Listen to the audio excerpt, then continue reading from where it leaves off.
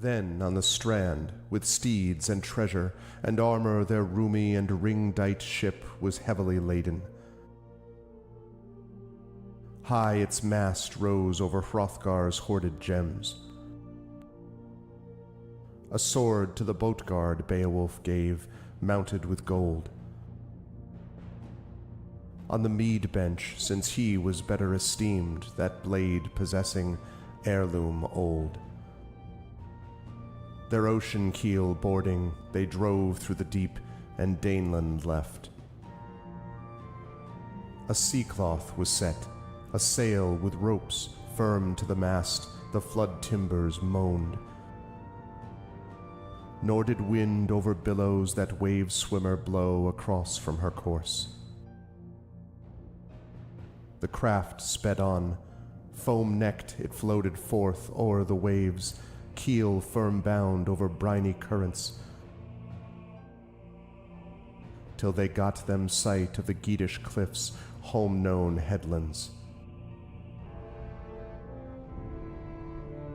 High the boat, stirred by winds, on the strand updrove.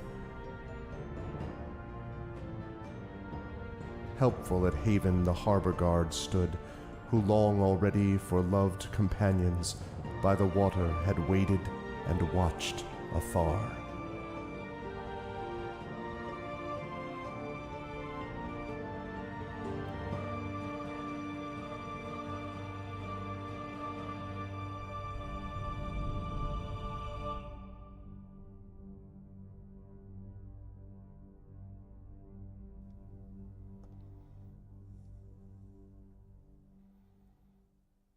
Yes, indeed. Do not adjust your television sets. Do not adjust your television sets. It is the case that we are actually doing this thing. Beowulf is happening, people. This is not a drill. We are back with Beowulf. I'm very excited for the next session. Welcome to day 10 of Beowulf Age of Heroes, starring the amazing TariToons. This is part 3 of Horror at Herrogate. And I am very excited. I'm just putting a note to myself about something I noticed before. But I am very excited to be able to play tonight, play this afternoon with Tari, and to be back with all of you. So welcome, Arvanauts, to a Tuesday stream. It is October 22nd. It is the week before Halloween, so I hope everyone is getting ready for that. What better time to be talking about horrors and, you know, things like that. Before we go any further, just a couple of reminders about ways to support us on the channel. If you haven't done so already, please follow the channel. Please check out our YouTube with !ArvTube. Discord is !ArvCord, Twitter !ArvTweets, and Blue Sky !ArvSky. And if you're watching me over on YouTube, welcome. Thank you so much for being here. Very much appreciated to have all of you lovely folks here. Yeah, please make sure to follow us and subscribe to us on the YouTube channel, which is free for you, but really helps us. Would love to get that number to a record over there, because we're close to that record right now. So now would be the time to do it. Oh my God, Craigery, Ghost. Subscribe for 14 months. Thank you so much, Craigery, for the resub. I appreciate it. Thank you. And yes, spoopy ghosts. That's the perfect time, I would say, for all of that. And in fact, I'm going to put another note to myself.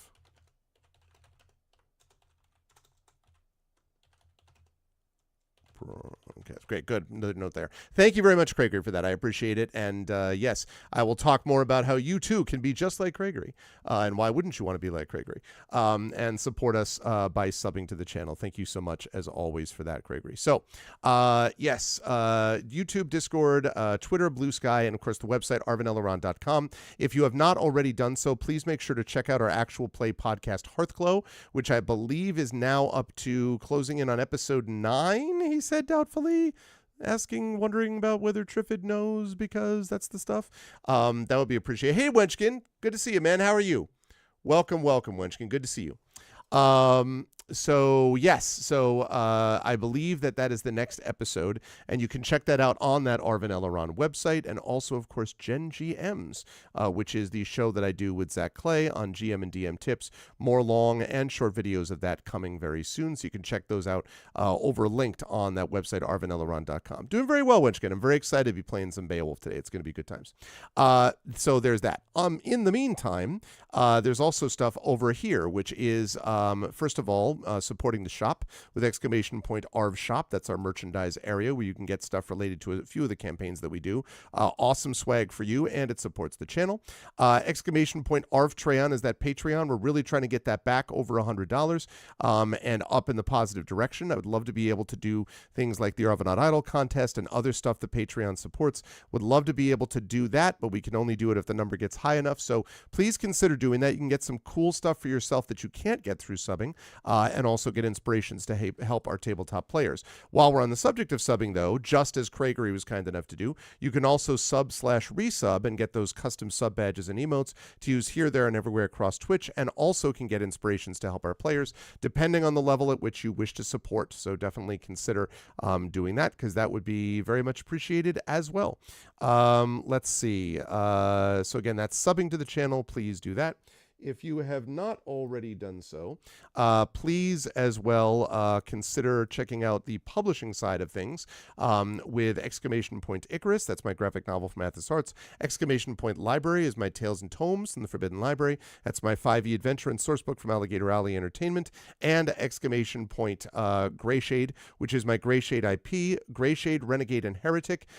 Really got a big boost in sales from the promotion that was recently done, which is great. We have now sold a lot over the course of this promotion, which has been really great, and have gotten a number of ratings and reviews. If you are one of those people who have read Greyshade and you have not already done so, I would like to again encourage you, please do leave a review over on Amazon or Goodreads. It doesn't take long to do. It doesn't need to be complicated. It doesn't need to be complex. It can literally be like, me like book, good, ugh, okay? It can be like seriously caveman vibes. I don't care.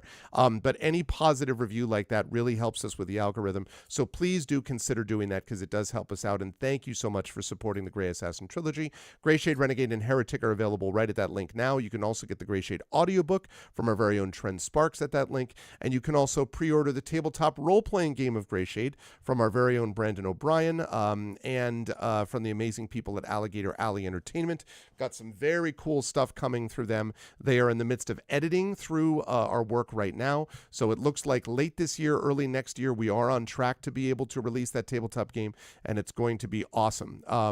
Oh, no, that's fine, Effect Life. Anything like that is super helpful. It's just anything that helps the algorithm, even if it's on another, like an international site, you know, either German or Belgium or whatever.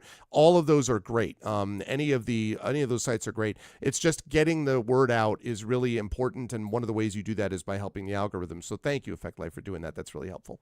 So yeah, very proud of Greyshade. And again, as I say, that tabletop game is going to be awesome. You will not want to miss that. So there's that. Last but certainly not least, !BLM, Black Lives Matter, important to affirm and assert the significance and importance of Black lives. !Help Now, the World Health Organization page on suicide prevention. Important to reach out to others when you need help, and reach out to others when they need help as well. And Ukraine, UKRAINE, to help the people of Ukraine as they fight back against an illegal and illegitimate war with bravery and courage, and send the message we will do so for others in the future as well. Quick note on schedule. After today at 4 p.m. This afternoon, I'll be over on GogCom's Twitch channel for Pen and Pixels, playing more Songs of Conquest. That should be a good time. Then on Thursday, I will be back with more Forgotten Realms Unlimited Adventures, as we are on to our next adventure, a level 10 adventure called Lich. So I assume that's not Lich, please. I assume it's Lich. But Lich, which we found out after we took care of hordes of Dragonspear. So that opened up, is available to us, which is pretty cool. So we'll be doing that Thursday night.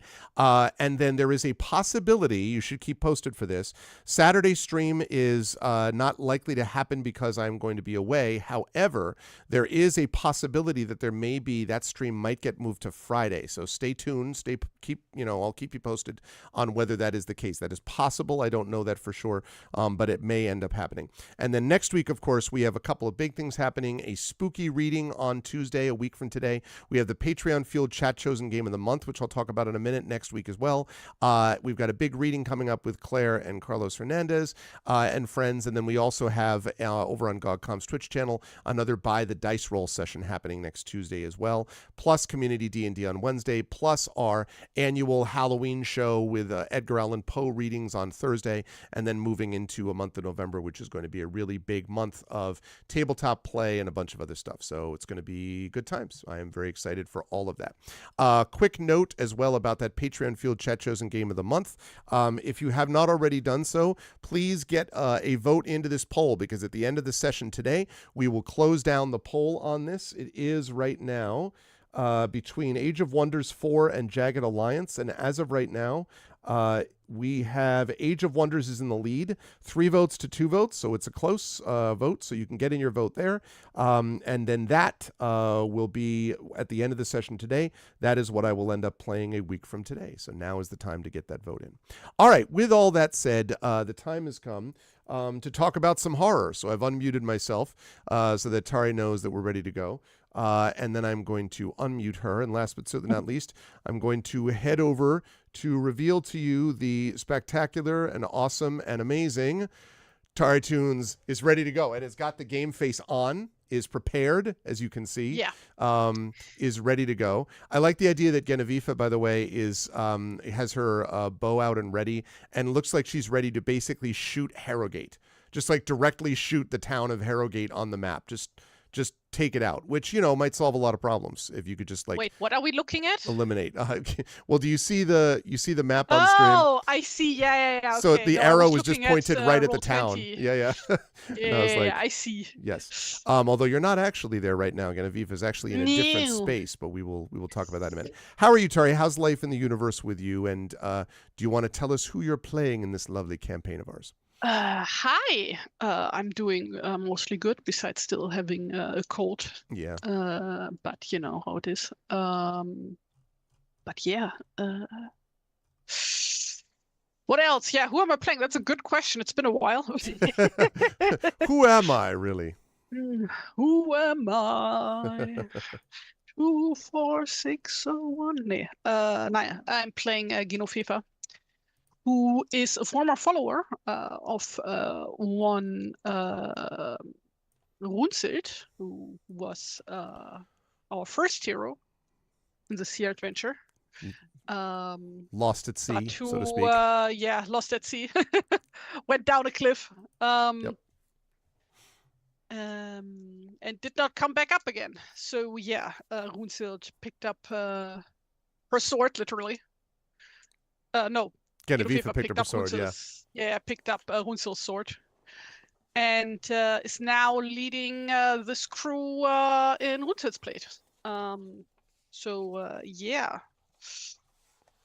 And that's who she is. That's who she is. And I am excited because in our last session, we actually got a bit of travel to a nearby island where there was the meeting with a scope, and we'll talk more about the implications of that meeting in just a moment.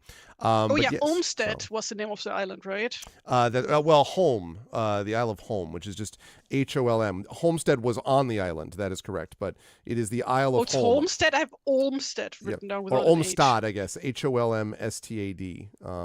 To be exact. But that's the village which is on the Isle of Holm, also known as the Friendly Isle.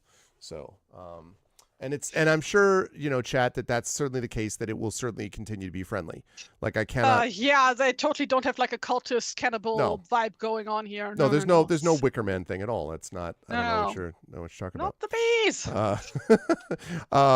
Yes, yeah, friendly. What could go wrong? This is what I'm saying. This is the problem, right? It's like Boromir brings into Lothlorien his own evil. If you bring in your own fear of what's going to happen to you on this friendly island, you got no one to blame but yourself. You know, that's how. Yes. That's how that all goes. Yeah, no cannibals. Yeah, that's, you know, fly the friendly skies. Hey, Prince Justin, quietly lurks from work. Enjoy the lurk, my friend. I hope all is well. All right. So, then the time has come, Terry, for us to fire up some music and to talk a little bit about what happened in our last session. I will fire up some, let's see, there's so many good options here. Let's go with, we want friendly, so I'm going to throw a little... I'm going to throw my Willow in the Light up here instead of my Windswept Plains. We'll get to the Windswept Plains later. This session... we are not on plains. We're on an island. We're on an island. Well, the first one that we did, the one that we did, which was Hermit Sanctuary. Like that was just the whole thing was like more every titled song I had was like dark moors, gothic moors, gothic dark evil moors. Like everything was all like dark and windswept. But that wasn't a moor because then again it was an island. They rarely have moors on islands. I didn't have any windswept island. I had windswept moors. It was it was close. Where's your North Sea like soundtrack? Yeah. North Sea soundtrack is a lot of windblown stuff. Basically, that's what that is. Seagulls. S'mores, exactly. Extra Dead. What's up, Extra Dead? I haven't seen you in a while. Good to see you. I'm glad that you were not extra. I'm glad that you were not Extra Dead. Okay. So let's talk about this then, chat. In case you're wondering, why is Genevieve here? Well, Genevieve was brought here because there are rumors that were started when a merchant ship was found coming into the village near where Genevieve lives that was occupied only by one half-mad man who was basically the only survivor of an attack on the ship, who claimed that the attack had come from the Restless Dead, and that the ship itself had basically been devastated by this. And it was coming, like you do, right? And that was this place, this fishing settlement, where there had been some trade and everything, and there was a place where they were supposed to be able to. It's not a good place for bad things to be happening, and so the king of Genevieve's region asked for Genevieve to come forth, and several merchants as well asked. Originally it was supposed to be Runesild, but then it turned out to be Genevieve, to please help solve the problem of what they were calling this horror at Herrogate. And so Genevieve agreed, gathered her followers together, and then traveled off to Herrogate, where she found a sort of odd sort of group of people, I guess might be the way to describe it. The person who is the technical leader of this place is called Thorfinn, but who is the sort of leader of the village. But Thorfinn is much diminished these days and has been so ever since his son Arn. Going into the west. He's diminished. He has remained Galadriel, yes, and has diminished. This is actually his other form, like Galadriel turns into Thorfinn. No, Thorfinn, who I wonder if I have. Did I get a picture of Thorfinn up here? Let's see. This is nope. That's home. I've watched the Finland Saga anime. I know what Thorfinn looks like. Yeah. Okay. So you know the drill. Also, the main character in that one is also Thorfinn. Yes. So Thorfinn has been sort of down, particularly depressed since the loss of his son Arn, who is kind of a legend in the village. Supposedly took down this troll and was like this great hero. And ever since the loss of Arn, Thorfinn has been sort of devastated and depressed and not really tending to the care of his town, which has become a particular problem, as there have been strange doings abroad. There have been people who have vanished from the village that have not been found. The village itself has started to get kind of a cursed reputation, so a bunch of traders and fishermen and so on are kind of avoiding the place now. And the whole place just feels like it's under this sort of curse. And the only suggestion that people had was you might be able to gather more information about the lore and the sort of the legends of this town, including the legend of Arn, if you go over to this friendly island, which is the Isle of Holm. And the Isle of Holm is where Genevieve is there right now, as you can see. The Isle of Holm is a very different place than what Herrogate and the fishing village looks like. Here it is much lusher, it's more green. There is a festival, although it's not happening right now, but there is often a festival, which is a reenactment of the battle between Arn and the troll. The troll supposedly had come from this island, and people were generally very chill. In fact, when Genevieve landed, she was approached by Frida the Weaver, who is the token that you see on that island, who was just, was very friendly and calm and talked about how lovely the island was and about how the settlement holds this great festival to reenact that heroic victory, and also told Genevieve that if she wanted to know more about the history of the troll and Arn, that she could speak to to the scope of Homestead. And the person that you see above the other person on that island is the scope of Homestead. We literally just met them at the very end of our last session, which Tari and I were thinking was probably July, something like that. Yes, July 23rd. July 23rd. So, wow. So 3 months literally since the last time we played, but now we're playing, so that's good.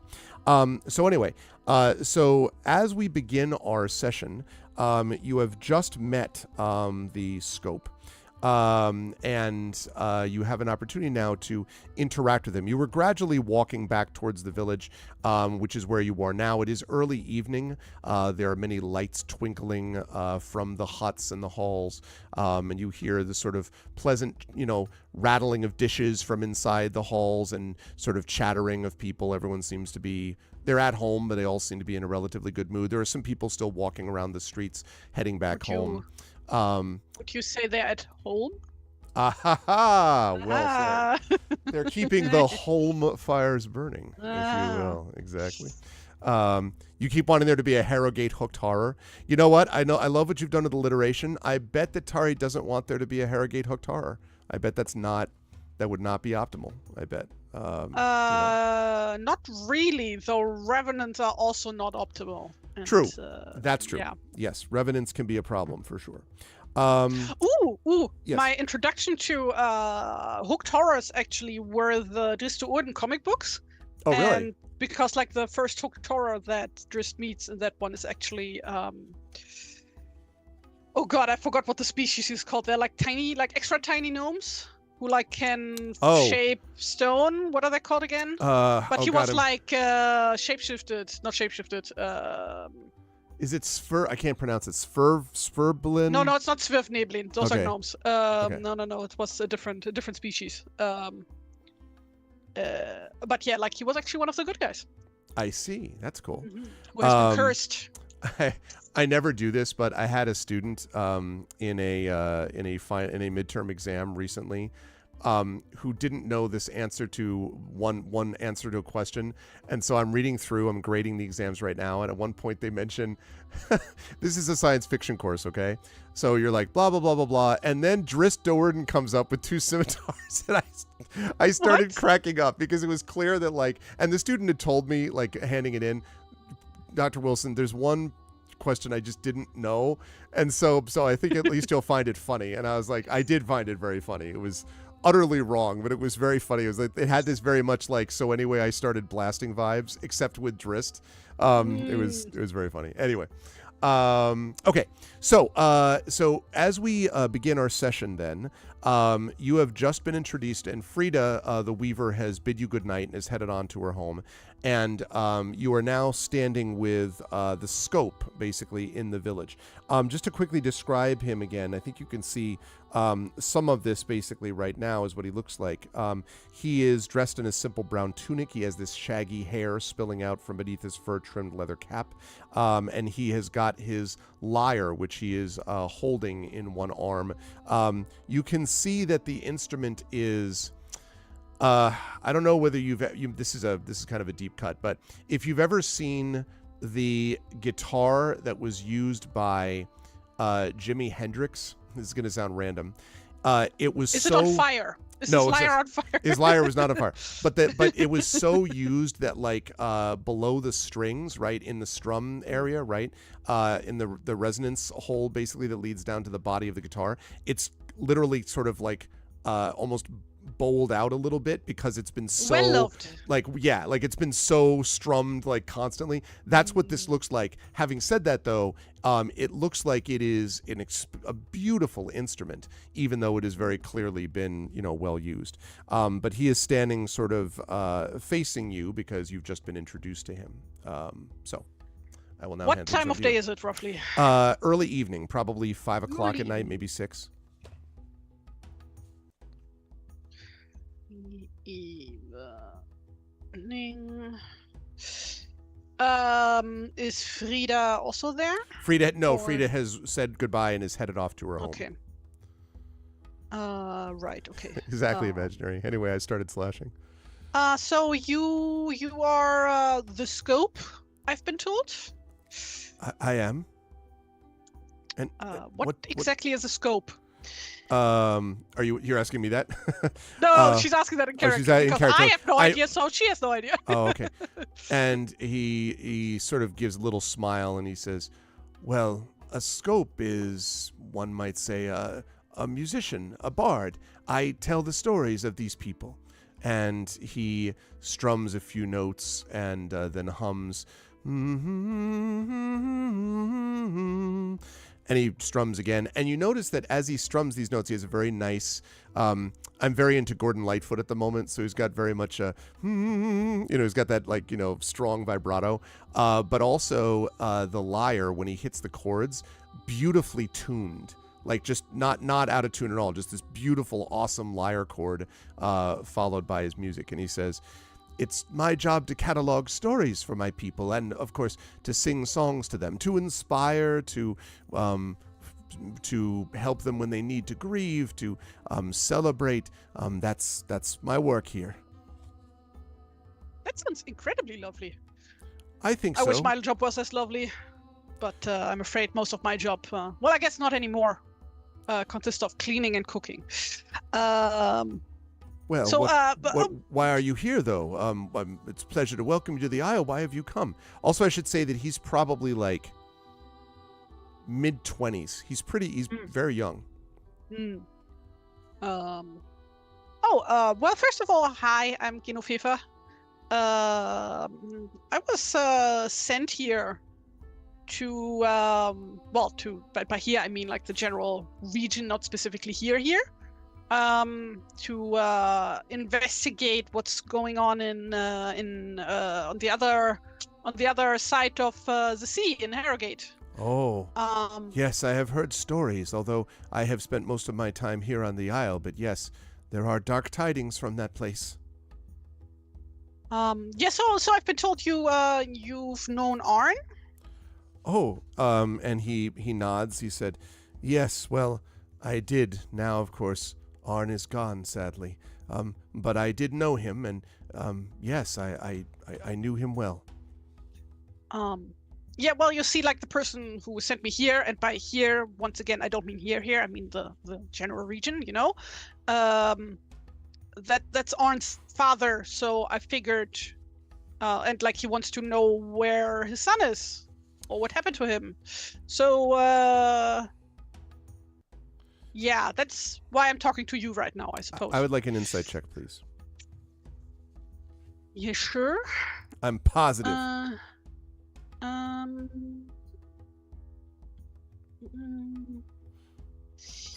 Insight. Where is it? Bloop. That's a 17. 17.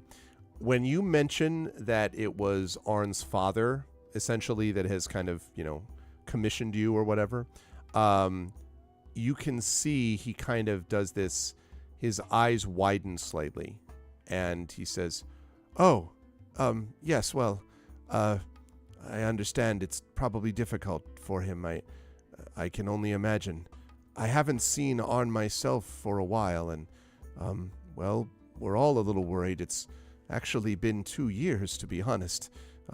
We have not seen him for some time, at least, but not everyone from Herrogate comes to the island regularly, so that's not that surprising.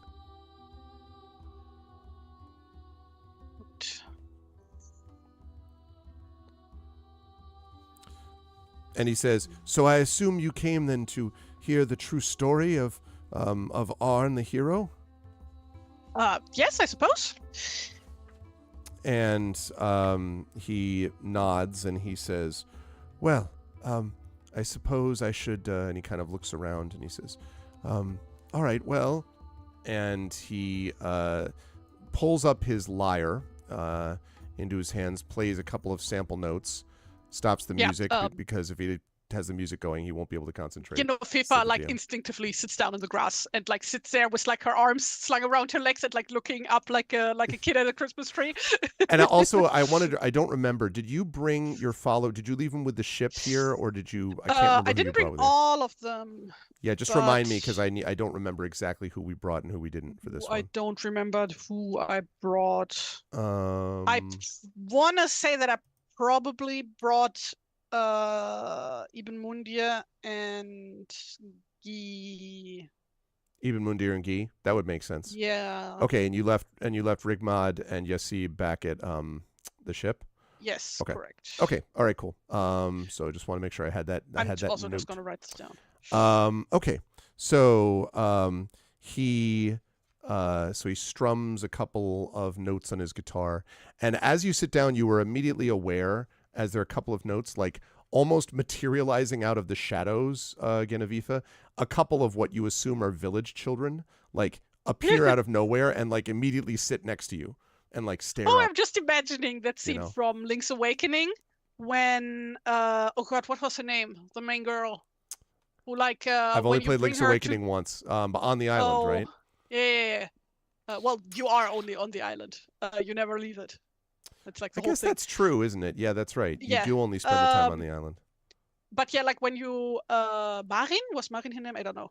When you bring her to the other village and then you see her singing to all the animals. Yes. Who then sit around her in a circle. And that's it's so exactly cute. Yeah. So they all just appear. A couple of boys, couple of girls, possibly, and they're all sitting down, looking up, and then he says, he plays a couple of notes and says, "A terrible troll had plagued our place and made us sad and weary. And then that troll would take its place and know it is, oh dearie." And he goes up and kind of like almost taps one of the children on the nose, and they kind of like smile and giggle. And then he says, then he steps back again and says, "And so a hero was needed now. The time was only for us, and how we survived." And then his voice breaks slightly, and he sort of pauses and then begins again. And he tells a story that a troll had plagued the settlement for months, eating through sheep and goats and other livestock. And the common folk had feared that they would not make it through the winter. And then Arn appeared. Arn was both brave and clever, and he headed to the caves above the settlement to spy upon the troll for 2 days and 2 nights, making note of its haunts and its habits. And once he formulated a plan, he got 2 of the settlements on homesteads strongest warriors and led them to victory in a great battle. And only Arn survived. His companions did not.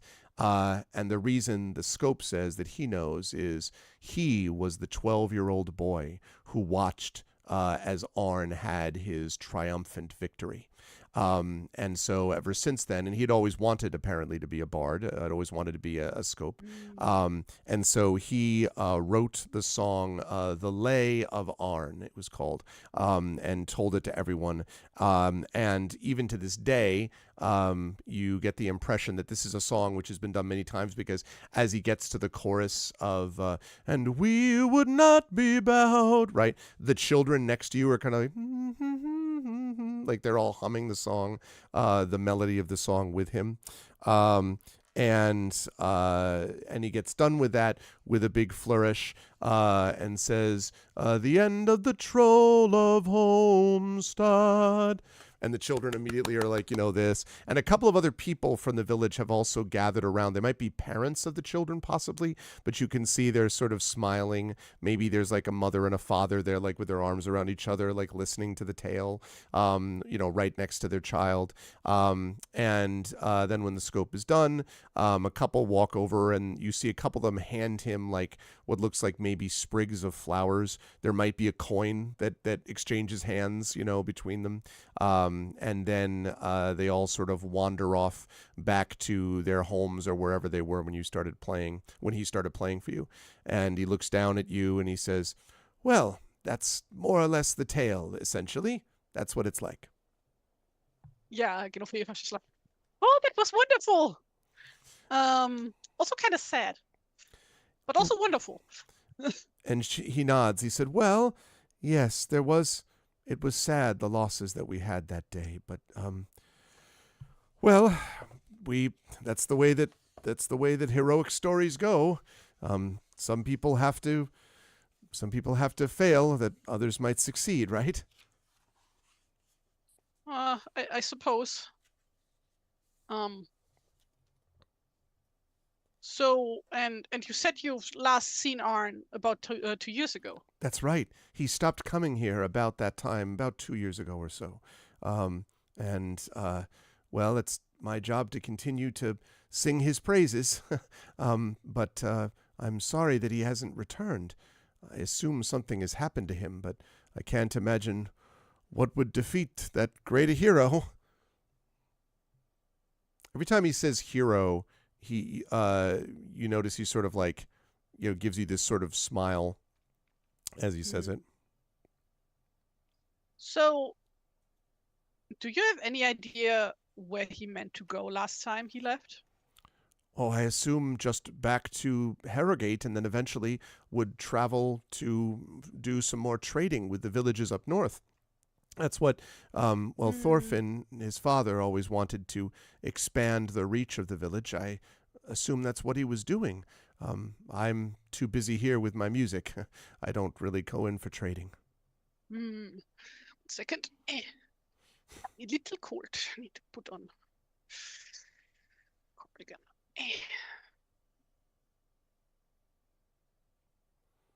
Looks funny on camera. Basically just being devoured by a black blob. No, this is actually what's happening. Genevieve is slowly being consumed by darkness. Slurp. Yep.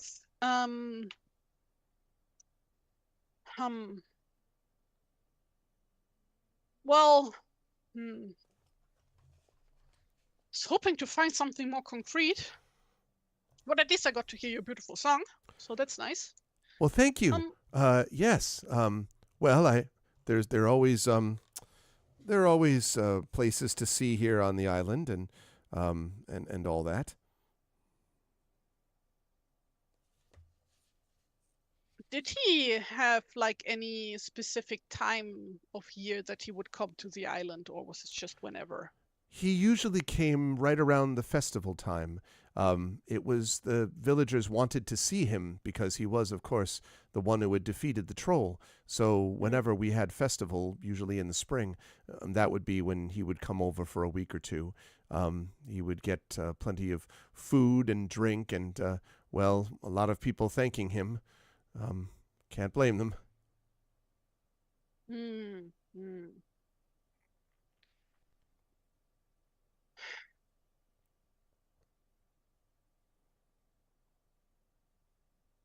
Did he ever tell any stories about any other trolls or something along those lines that he had slain, or anything in the meantime? Because this has been quite some time ago, like 8 years, I think.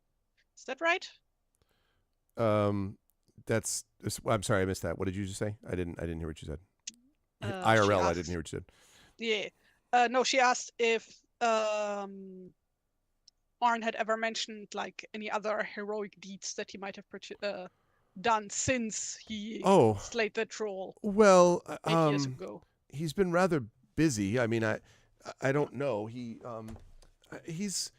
I suppose one heroic deed is enough for a lifetime. He usually walked around and inspired the people. Simply his presence and the hearing of the song would inspire people. I don't know about other heroic deeds. He was usually too busy doing things for his father or, inspiring the villagers. So basically, he retired as a hero and just became a trader? Well, he's always been a hero. Genevieve, you don't need to check to know that he looks a little uncomfortable. Is something wrong? What do you mean? Do I have something in my face or something? And she like touches her face. Like, you look weird. No, weird. And he kind of like holds his cap and he's like, no, of course not. It's visitors that we get here usually come for the festival, so it's unusual to see people coming at other times. That's all. But I understand that, well, you came because you were asking questions, so that's all. Just answering questions. No, I came to ask questions. Yes. Not because I asked questions. Well, I guess because I asked questions, I was told to come here. So. Yes. Well, I suppose to hear the story, and now you've heard that story. Well, I guess that's that then. And yes. She just looks at Ibn-Mundir and Guy and shrugs. And he says, "Yes, certainly. Enjoy Homestead, and I hope to see you around at one of the places here. I'm sure if we have the one inn over there that you can find. It's called the Sheared Sheep," and he points at the sign of a nearby house which is rocking back and forth and shows what looks like a sheep without wool that's basically been partially shorn. And he says, perhaps I'll see you there. And he nods and then rather hurriedly turns and kind of sort of speed walks over to the that aforementioned Sheared Sheep, and then opens the door and goes inside. Yeah, Genoveva turns to her companions and is like, well, he was a bit weird. Guy sort of grunts and Ibn-Mundir nods and he says, "A bit nuts or a bit nervous." Why would he be nervous? I don't know. Perhaps he thought you were going to demand that he come with you as a musician to sing your praises. And he smiles, and Guy doesn't say anything, just sort of like gazes at the closed door of the Sheared Sheep. Well, I mean, I do bake some pretty good bread, but I don't think it's like enough to write songs about, so... And Ibn-Mundir sort of smiles and says, "Perhaps not, but it is certainly true that he's given you a story to work with, whatever that's worth."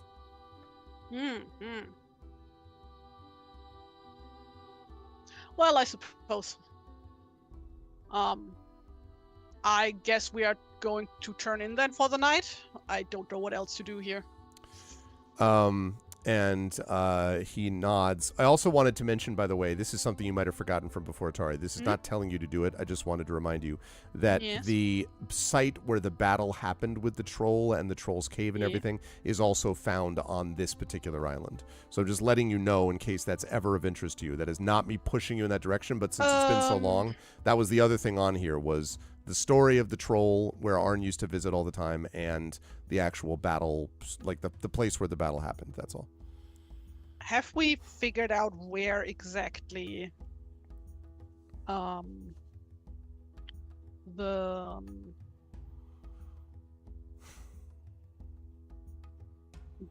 site of the battle is on the island, or you would guess. You can actually see the hillside because Frida actually pointed it out to you. Okay. But only the general place. Like you don't. There's no like sign this way to battle site. But it's based on where she roughly sort of pointed it. You would guess on this hillside, maybe a half hour or so's walk, possibly, something like that. Yeah, in that case, it's like, well, we still have a few hours of daylight, I suppose. Let's go check out the point Frida's pointed out to us. And Ibn-Mundir nods, and Guy says, "Getting dark. Need to be careful." They killed the troll. Can't get us anymore. And islands usually don't have bears, so... He sort of grunts. Okay. What, are you scared that a giant jellyfish might climb out of the waves and get you? And Guy sort of looks at you and raises an eyebrow and says, "He wouldn't get me, though." And sort of turns around, which for Guy is like high humor, right? Like that's as close as we're ever going to get. Okay, so, all right, I'm going to show you if you make your way up. I'm going to making my way downtown, walking fast. Face is past, and you're homebound. Hey! We're all 13. Okay. Yes. Let's see. So I'm going to put this up on the on the Twitch stream. Sorry, not Roll20. Twitch in just a moment. Let me just. Okay, there's that. And then I have to find the adventures thing, and then this, and then this. Okay. So this is right. Okay. So it depends how big the island is. Okay, here we go. I'm going to put this up on Roll20 now. Sorry, I keep saying that. Not Roll20, on Twitch now. Sorry, I have to get through my nesting through 75,000 folders. It's better for like organization, but at the moment it's like click, click, click, click, click, click, click. Okay. And then where the hell is my adventures thing? Where's my adventures folder? There it is. There's that and that. Okay, good. Here we are. Let me get that to a more rational size. There we are. Perfect. All right. Yes, the delay. Any second now. Now it should be up. Okay, so it's a bunch of... Oh, there's a cave. I see. I just saw like a bunch of dirt and grass. It's a bunch of dirt and grass. That's super exciting. Yeah. So one thing to note as you're going up there, again, you can hear sort of like there's now music coming from inside the sheared sheep. So you can hear that music, the sound of a lyre and maybe sort of like a simple drum might be in there being played, and voices singing and laughing, and sort of the village, the warm lights of the village are there as you make your way out of town. A lot of tall grasses and wildflowers on the way to this place, sort of rolling hills and things like that. When you get to the path is actually fairly clear, and standing outside the cave that you see there is a standing stone. And it clearly is man-made. It's been placed there. And on the stone, well, actually, I should say, I shouldn't just assume you walk up there. That's what you see from a little bit of a distance. Do you want to walk up to the stone or go into the cave, or? But this is where you were told the battle took place. There. Okay, you moonwalk up. I walk there regularly, like a normal person. On the stone, you see there is a carving of a lamb tied to a post and a gallant man wielding an axe. And there's a ring of carefully arranged stones around this clearing, and the earth within those stones has obviously been trampled by many feet, which makes sense because this is where they have that ceremony every year to kind of celebrate this, right? And then behind it, of course, is the cave, and you can feel, Genevieve, a cool, damp air kind of wafting up from the cave as you stand there next to the stone. Are there any, like I said, any writing or pictograms or whatever on the standing stone, or? Well, just the carving that I mentioned, the lamb tied to the post thing, and the gallant man wielding an axe. No, don't enter. Yeah. Or it doesn't say like abandon hope, here there be dragons. No, it doesn't say that. Yeah. No. Okay. In that case, do I have a lantern, or do I just have torches? I have torches. I'm gonna take a moment to, light a torch. Okay. You can do that. And then I want to have a look into the cave. All right. When you go into the cave, and the torch flickers a little bit as you go in because of the very humid, as I say, damp, cold air, but it doesn't go out. And when you walk in, almost immediately the cave entrance opens out into a much larger area. Clearly would have been plenty of room for a troll to hang out here, what you would think. And there's a trickle as you go into it. The cave isn't super large in terms of like, it doesn't have a lot of surface area, but hey, big boss. But there is, you can see a trickle of water You can hear dripping water as you go in here. And there's actually a trickle of water down the stone. In fact, let me see. Do I have this?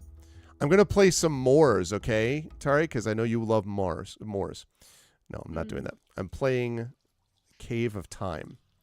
So you can hear there's some trickling water here. And as you look, you can see there the water is trickling down the stone in the back of the cave. And there's a small pool that is worn into the surface of a large boulder. And beside the pool, there is a pile of animal bones. Probably you would guess from like the trolls' previous feasts or something like that. Obviously long since picked clean, one might say. And that's just what you see just by look. But obviously if you want to search the cave further, you can do that. Yes. I guess I want to pick up a pebble and toss it into the pool of water. Bloop. Bloop. Yep, and you see a little bit of splash come up from it. Yeah, I guess in that case, we'll just like keep walking and looking around. How large does this cave appear to be? It's not enormous. It's pretty decent size in terms of height. Like there's, plenty of room, as I say, for a troll. It's not really huge though internally. Maybe might be like 100 feet in diameter. It's not like an enormous cavern or anything like that. So that's like, what does that work out to? Like 33 meters ish, 30 meters, 33 meters, something like that. So make an investigation check for me, though, please. Yeesh. And also let me know if you want your followers. I assume they're just helping you in general, but like. No, they're just hanging out. Else. Oh, okay. That's just a 6. Okay. That's not so good. You're like, you see, a bunch of damp, like areas and things like that. What is the cave wearing? Does the moss make its vine? Yeah. Are we doing take 10s in this game? No, but I would allow you, if you wanted to use one of your followers, I don't think you need to activate them. If you can think of a way that your follower might have another way of looking around this than what you're doing.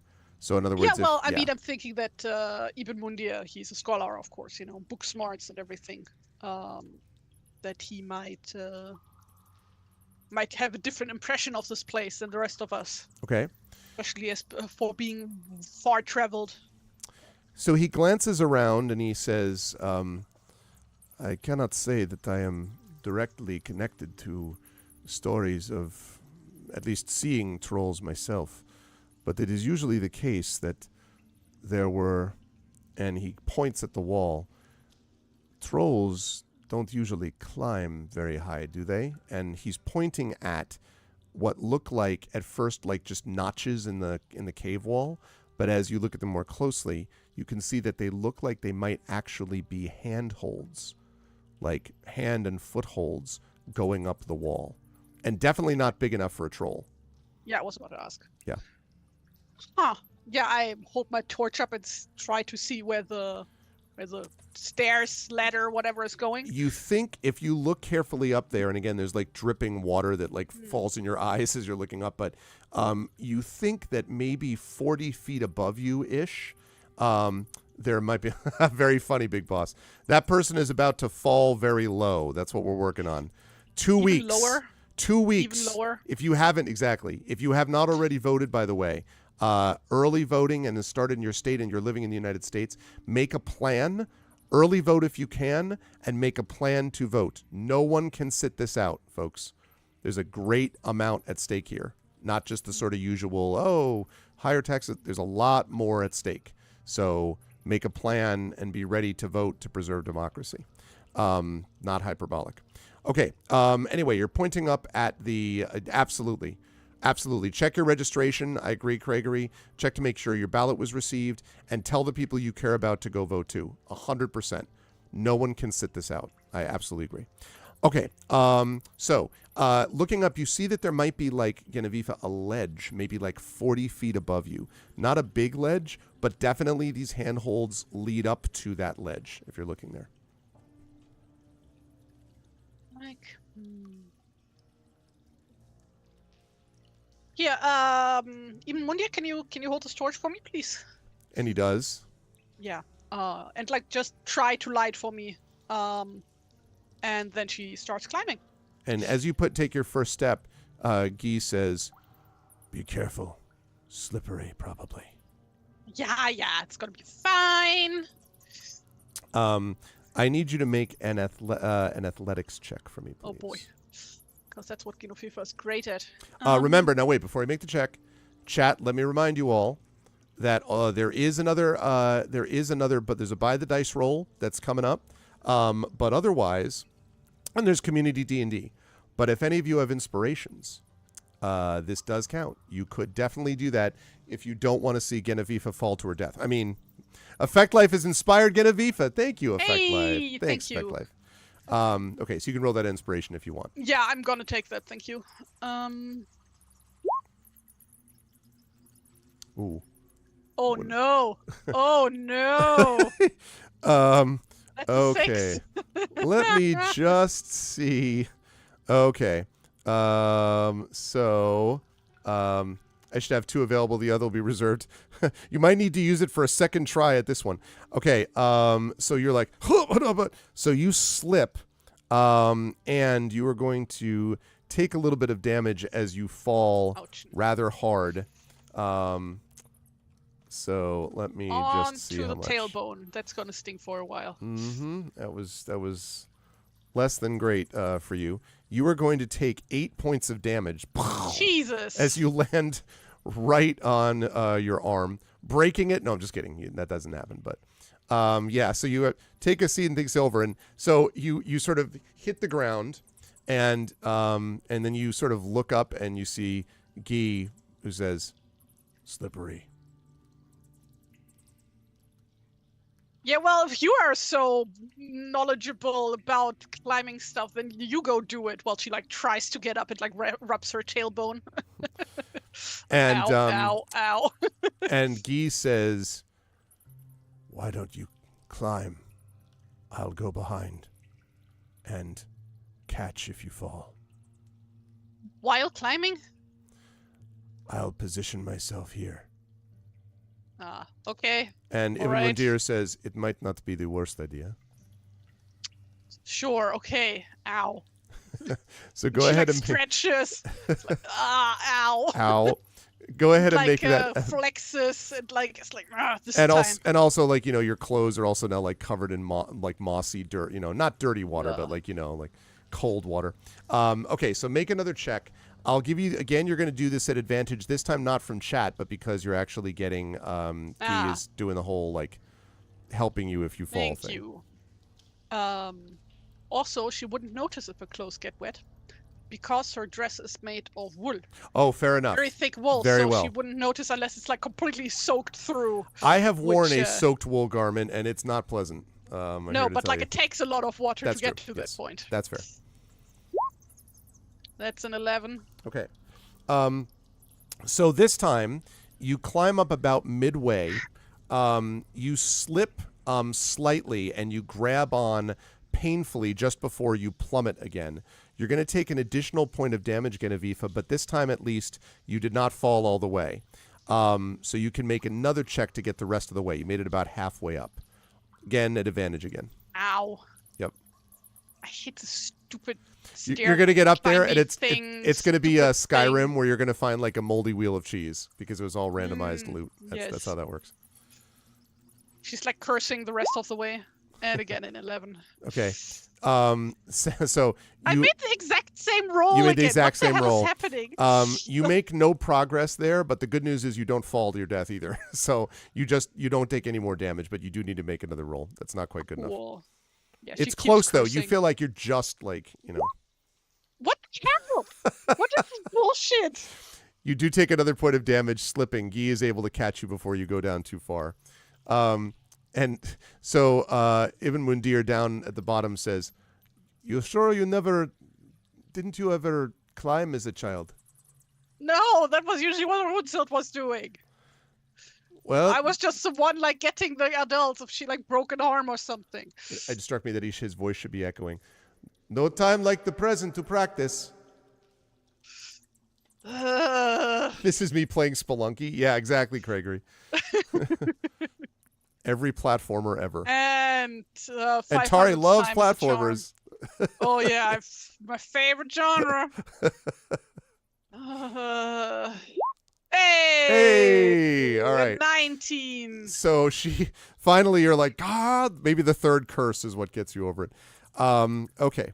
So you were able to pull yourself up finally onto the edge of this ledge, and the whole thing is covered again in damp, slippery moss and all that. So it's no shame for you that it was difficult to get up here, but you do finally get up to this fairly small ledge. And when you sort of pull yourself up onto it, it's not very large. Like even, maybe it's I don't know, 1.5 meters, right? It's not very big, maybe 5-6 feet in each direction. And at first you're like, what the hell is this doing up here? But clearly it leads here. And then you see that there is something that is lying at the back of the ledge. Actually, and this is a good point, he's holding the torch, right? So you can just make out with the flickering shadows, there's something back there, but you can't see what it is from here. Yeah, she would like, unless like there's a large puddle here. Jusant Triffid. Yes, that's right. Oh God, I was so frustrated with Jusant. Oh, controls were so terrible. Anyway, yes.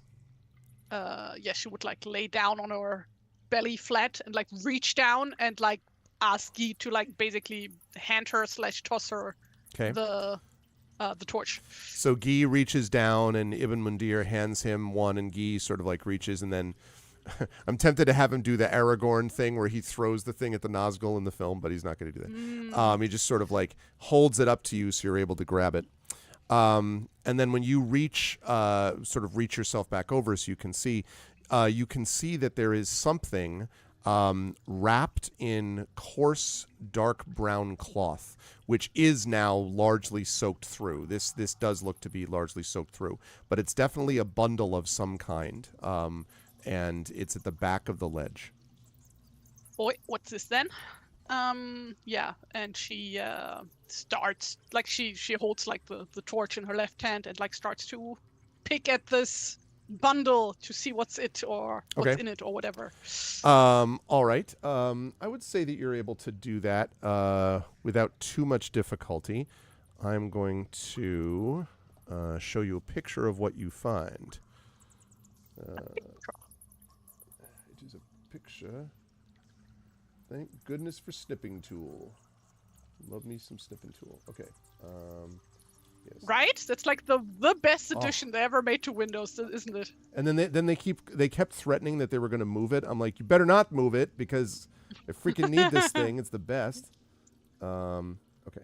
Like especially if you have multiple screens, right? Like. Oh yeah. Oh no, exactly. And like that's the thing, that because it can capture anywhere on any monitor, it's like super useful for that reason. Yeah. Okay. Like I vividly recall taking screenshots and opening up my program, opening the screenshot and then manually cutting it down, exporting it, blah blah blah. This is so much better, like the old school print screen back in the day. Yeah. Okay, I'm gonna show this on again stream. Because as you unwrap it, what you see is this. And I will increase the size of it to show you. It is a strange and beautiful axe. And actually, it is the... It axed you a question. It is actually a full handled axe. So like there's the full handle of the axe, but the axe blade is just about half a blade, like you can see for yourself there. Like the other half has broken away. But on the axe handle itself, and the axe handle is a good size, and it's kind of how would I describe this? It's a sort of large flat handle. So it's pretty sizable, I guess I would say. Like when the axe blade was complete, this must have been a really heavy axe, actually. And you see there's a bunch of printing on it, Genevieve. And as you bring your torch, or I should say carving, but the point is words that are carved. And as you bring your torch close to it, it seems to be something which is telling a story. Right. Can I read it? You can. Do you want to do that up here? Or do you want to do that down there? Where do you want to do like, I want to get, like, the gist of it. Okay. For now, and, like, I can probably, like, if need be, study it in detail later. Okay. Okay. The Just, story. Like, what's, like, the first thing I get? So, the story reads like this. It says, the troll's defeat is not as you've heard. And then it says, Arn taunted the troll, then cowered behind a boulder, while 2 warriors defeated the monster and gave their lives. Only when the battle was done did Arn emerge to claim the victory as his own. I see. So it reads like a recitation of fact more than a story. But it is, of course, not at all what you heard from the scope. So, like, on the picture, like, this is like a broken thing. Is, like, the full text on there, or does it look like some text is missing? It looks like the text is full. It looks like actually, in fact, that's a good point, Genevieve. You can even see some of this as well, that on the axe handle and the axe blade, I should say, there's carvings. But you can, if you look at that picture right there, the carvings basically look like they were done after the axe blade was broken, because they like whoever it was that did this made it so that it fit inside the axe blade. You know what I mean? So there are not missing languages or words. Right. In that case, I would safely pack away the axe blade. Okay. And see if there's anything else. Okay. Also, I dropped my pen. It drops 40 feet. And gets impales 20 points of damage. Impales Guy and does 700 points of ink damage. Oh! Ink damage? The hell? Hey, listen, pen is mightier, as they say. Of course. Okay. So go ahead and make an investigation check for me up here, please.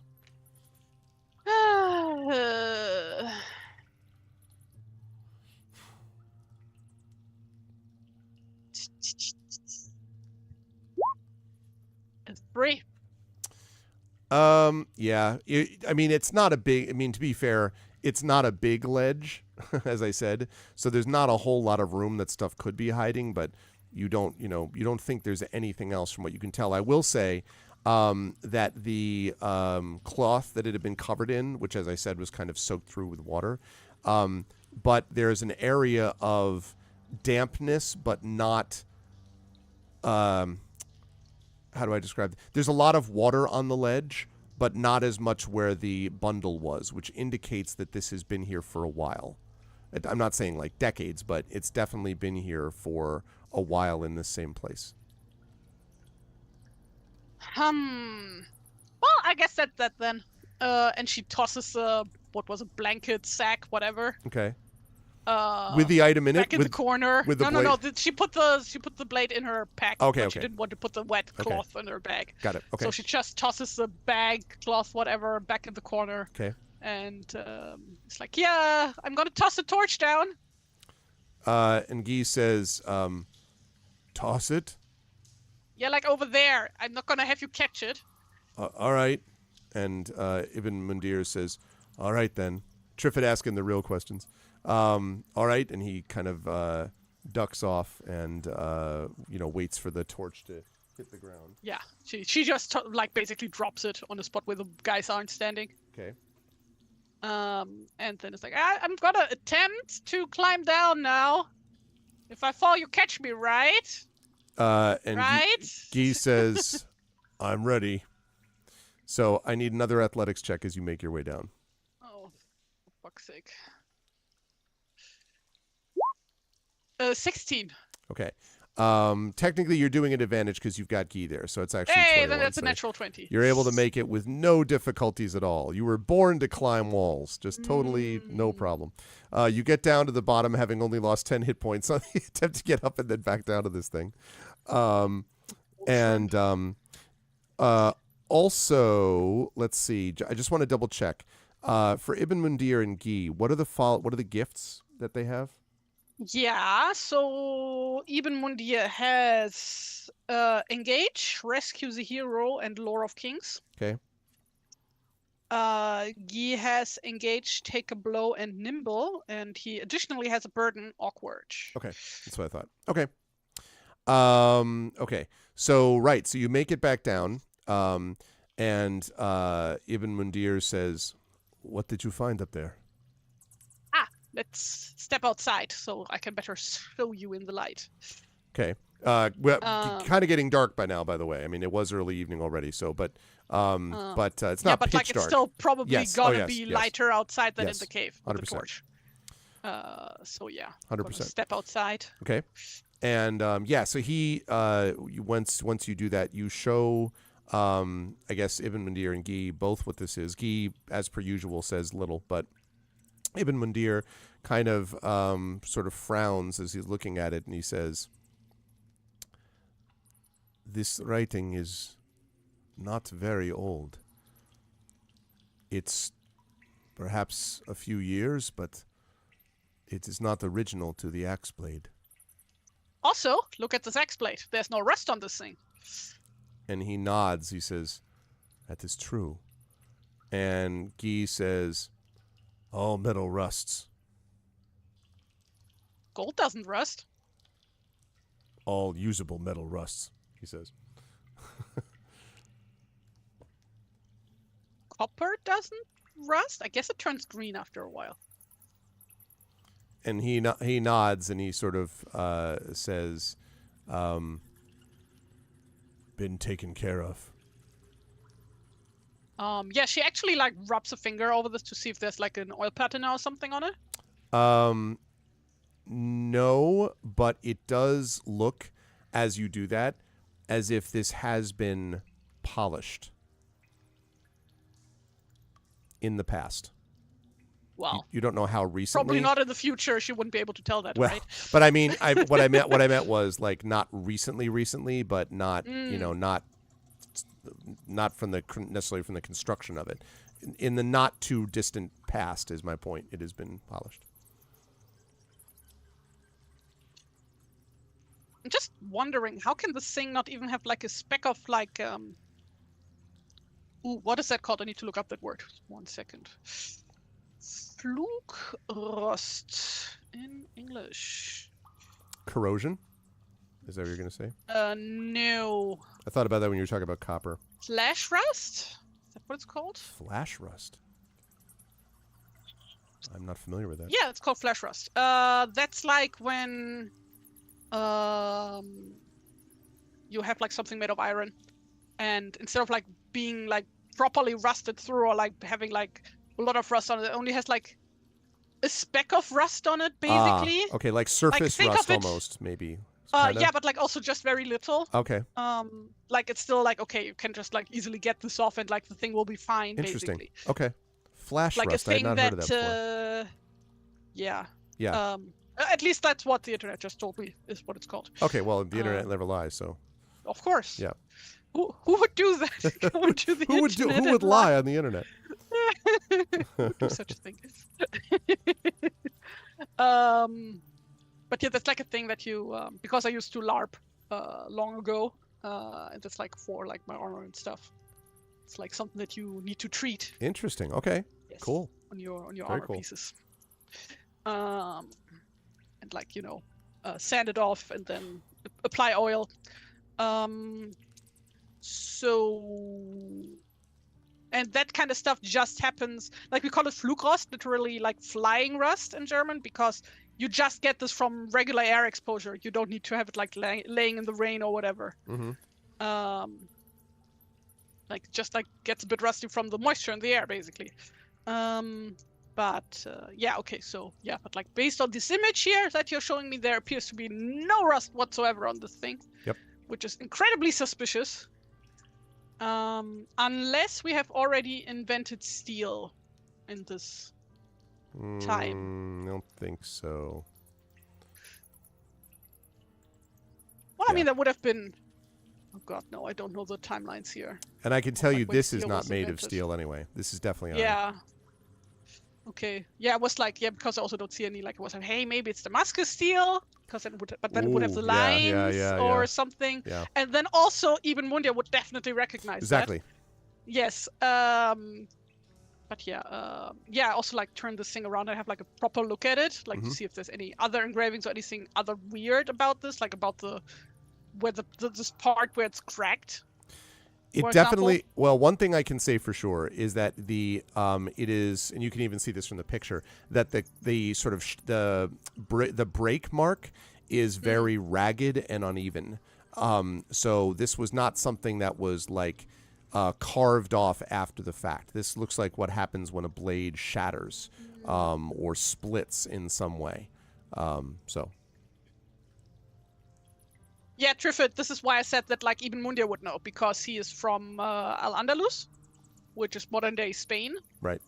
And his husband is Moorish? Moor? Moor. Mm-hmm. Moor. Yeah, I mean, I don't... From Moorland. I don't know. I don't know the terminology in English, sorry. Yeah, and I don't honestly know what if they would have discovered that or not, just that I know that this is made of iron, allegedly. Yes. So, yeah. A lot of aha in chat. Well, they've been doing that ever since they saw the thing on the blade. There was all this speculation. Wait, so what does that mean? Also, Kinofifa would take off her glove and like very gently touch the what's supposed to be the sharp edge of the blade to see if it's still sharp. It is indeed sharp. Your thumb is sliced off. Moment in Rivendell. Yeah, exactly. Still sharp. Yes, it is indeed still sharp. And it is, and as you sort of like, do the thing where you flick the metal, like the ting, whatever, it's still, it is still resonant. You have a feeling that whenever this was made, this was a very solid weapon. Like a very, like well-constructed, well-built weapon that obviously shattered because of some fierce blow. Guy, you've seen like a few weapons in your time, right? I have. Like I don't suppose you can tell maybe what type of axe this was once upon a time. And he looks at it and then shrugs and says, iron battle axe. Two-handed, shattered. Two-handed. Points at the handle and says, wide handle, and the blade shattered. Huh. And what do you think like would cause a blade, like an axe blade, to break in such a weird way? He sort of like frowns and says, hydraulic hammer. Yes, exactly. Good to see you, Tom. He says, hits hard. Something solid. And then he points out, but he points out as you're doing that, he points out a notch in the blade, and he says, that though, and if you look carefully, you can see just the sort of faintest, there is starting to be because you have the torch, you're able to sort of bring it close, and you can see little flecks of red, which at first you might be like, flash rust. But in this case, you don't think that's actually what it is. I shouldn't say red, I should say flecks of dark something. And he flicks it off with his thumbnail and looks at it and then does blood. That does not seem hygienic. Fine. Aha. Well, I don't think it's too weird to find blood on a weapon. So... He points at the notch. He says, this did its job and then broke. And the notch you can see is pretty close to the edge of the blade that was shattered. Very odd. But yeah, then she like looks up and is like, I suppose we should call it in for the night. And he nods, and Ibn Mundir nods, and they say, Ibn Mundir says, It makes sense. But what are you going to do now that you've seen this blade? Oh, I was thinking of showing it to the scope. And Mundir nods slowly. That should be interesting. Oh, I hope so. I mean, after all, he seems to know a lot about this whole deal, so it seems weird that if he was there, then surely what is written here can't be true, unless he's lying, which would be like, why would he do that? Who would do such? Yeah, I was gonna say the two of them, like Ibn Mundir and Guy, kind of look at each other, and then and Guy shrugs, and Ibn Mundir says, "Well, we will see what the story shows in the morning, then." Yeah. So logistics. Roughly how far away is the inn? About a half hour to get back to the village. Okay, and how far back to the ship? The ship is probably another 15 minutes past that, I would say, to the shore. Okay. Maybe 20 minutes. Yeah, would you mind fetching the other guys while Ibn Mundir and I go ahead to the inn? And just let the crew know that they can camp on shore. And Guy nods and says... Wait, how big is my crew, roughly? I think your crew, I think we said is about 20. I'd have to take a look and see. I think 20 Probably is about right. Too many people to fit in that inn. Maybe. Depends on how many people are staying there right now. The village of Homestead is itself somewhat decent size. You know, like, I mean, there's probably a good 100, 150 people living in the village. Although, obviously, they're not all in the inn, but... so maybe, but it might be a bit of a stretch, yeah, especially if there's anyone else staying there. Yeah. So, yeah, I guess the crew is camping. Okay. Yeah. So you instruct him to do that. Yeah. Okay, so then I'm going to... Not that. Hang on just a moment. I want to make sure I have the right thing up. Okay. Lovely. Okay. So, you make your way back, and also this is a good spot to let everyone know, by the way, that you are watching the awesome and amazing, my dear friend TariToons, playing in Beowulf Age of Heroes. I'm so happy that we're back playing this again. This is part day 10 of Beowulf Age of Heroes. This is part 3 of Horror at Herrogate. And if you like this, two things. First of all, go pick up Beowulf Age of Heroes, which is available from Handiwork Games. And secondly, and spread the word and let people know that you've watched this show. And secondly, make sure to follow the channel and do all that good stuff here, because that all helps us. And also buy Tari's stuff. And at the very end of the session today, we need to make sure that we put Tari's storefront up there, because we got to be supporting Tari. Yes, please do buy my stuff so that it's gone finally. Yeah, buy things, buy stuff. Buy my things. All right, so Guy sets off down the road and down the path, and you follow with Ibn Mundir. And Guy obviously moves at a good pace because you told him to, go tell them what the deal is. About, I would say, 15 or 20 minutes from after having left the Troll's Cave. So you're about 15 minutes between them. It is a largely, it's sort of like a half moon, so you can see a little bit of light, but it's not like a, super bright sort of thing. And as you're sort of walking down the pathway, Ibn Mundir sort of holds up a hand and he says, "Wait. Make a perception check for me, Genevieve. Please." We are waiting. 11. Okay. 11. So you stop and you don't really hear anything, but clearly Ibn Mundir does. And he sort of glances off to the side. And then he's got a scimitar, right? Would be what he would use for a weapon. Possibly, he's not a fighter. No, I know. I wondered, but he has some like dagger or something for protection. I just wondered. Yeah, everybody would have a dagger. Okay. In general, so He takes a step away from you, and he says, "Yeah, exactly," and then attacks you. No, he takes a step away from you and says, "Defend yourself." And suddenly, materializing out of the shadows are 5 armored figures. They are wearing leather armor. They have leather shields, and they look something like perhaps raiders might be the way to describe them. And I'm going to put up the turn order, and I would like you to roll initiative for me, please.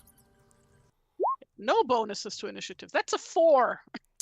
Kid of Paper's not a fighter. Interesting. She's not athletic at all. Okay, let's see.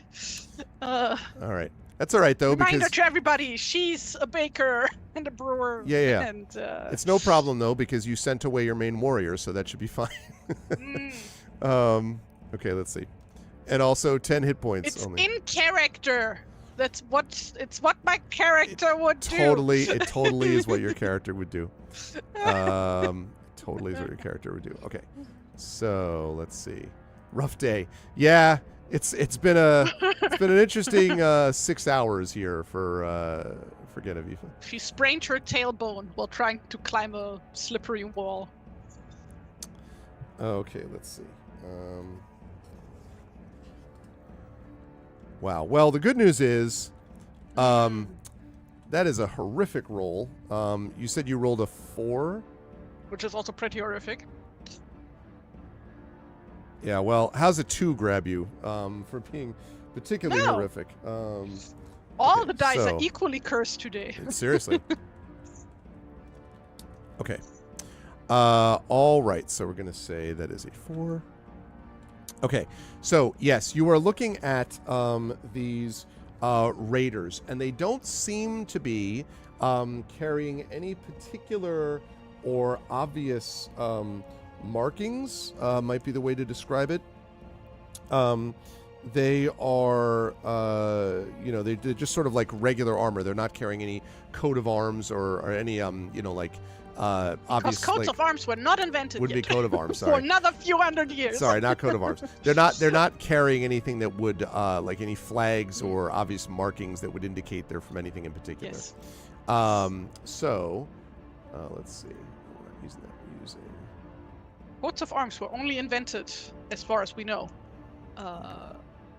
in the wake of the Crusades. Okay. And even then, didn't properly take off widespread for another while. I see. Yes. Okay. So, let's see. So the issue that you are facing right here, Genevieve, is that you've sent your warrior away at the moment, which means that the only one that you have with you as a follower is Ibn Mundir.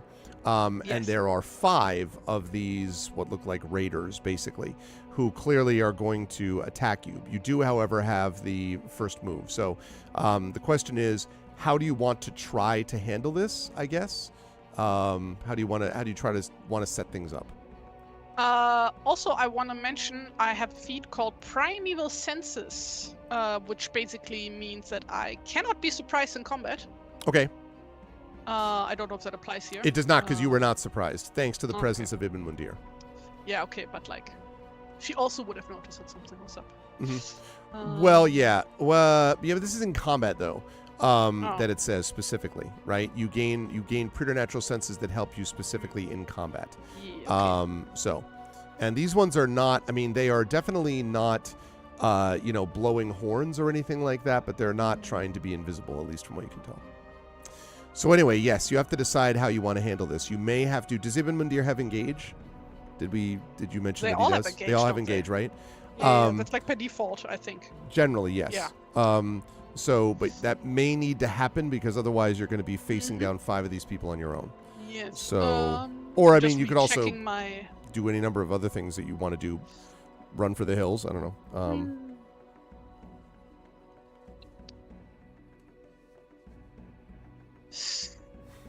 Should have short rested.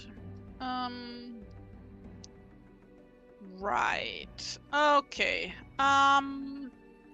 Yeah, I do wanna have even when they engage. Okay. Like the thing is, we don't need to win this. We just need to live long enough for the cavalry to ride in. Precisely. But since we're talking about 6-second combat rounds, that's a number of rounds. 60 seconds would require you to survive for 10 turns, one way or the other. But you're quite right. Ooh. In that case. Unless you have some awesome move that I don't know about. No, I don't. Oh wait, this is not gonna work. God, Genofifa is so useless. It's incredible. She's like the antithesis to Runeshield. To Runeshield, basically. Mm-hmm. Very normal. Okay, no, I think. Oh God, which weapon am I gonna use? I have a spear and a bow and Runeshield's sword. Yeah, I think she's gonna draw the sword actually. Okay. Oh, also, because of the whole spear rule, that I can always conjure a spear out of thin air. Yep. Always have a I'm spear. assuming that would also then extend to my followers who are around me, right? So yes, that's would true. also have a spear. Although his use is going to be more or less you know what I mean? Like he's not that's not really his bag. But yes, you could. No, okay. Right. I draw me sword. Okay. Do I first grab my shield because she would have her shield slung on her back, so she can't just. I mean, since you're not going to be. This is more important, I think, to get her shield ready. So yeah, she's gonna use her free action to draw her sword and use her action to ready her shield. Okay. All right, she's prepared. And actually, since you're not moving at all, other than just doing that, I would allow you to get in an attack if you want, because you're not actually moving anywhere other than just. Oh. They're right on top of you, so. Yeah, then I wanna hit the closest guy. Okay. Go ahead and attack. Wait, I have to check if my shield is added to my armor class currently.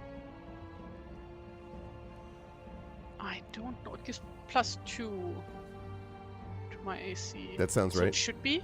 That sounds right. I assume it is, because otherwise I don't know. Yeah, okay. It sounds right, because you're also using shields here, so. Okay, let's see. So we're looking at a 9. 9 is not going to hit. They parry that. Just stunk. They parry it. Ibn Mundir is going to, at the same time, is sort of engaging with his spear that he's super good at, sort of poking at 2 of these other ones. So you basically have 3 on you that you're dealing with, and then he's got 2 that he has engaged. So they are going to move around you and try to get some attacks in on you. And they are, they're going to get, basically they have, every kind of flanking advantage you could imagine, since there are 3 of them, until you're able to take one of them down anyway. So let's see. The first one. What are these goblins? They get flanking. No. No. Let's see.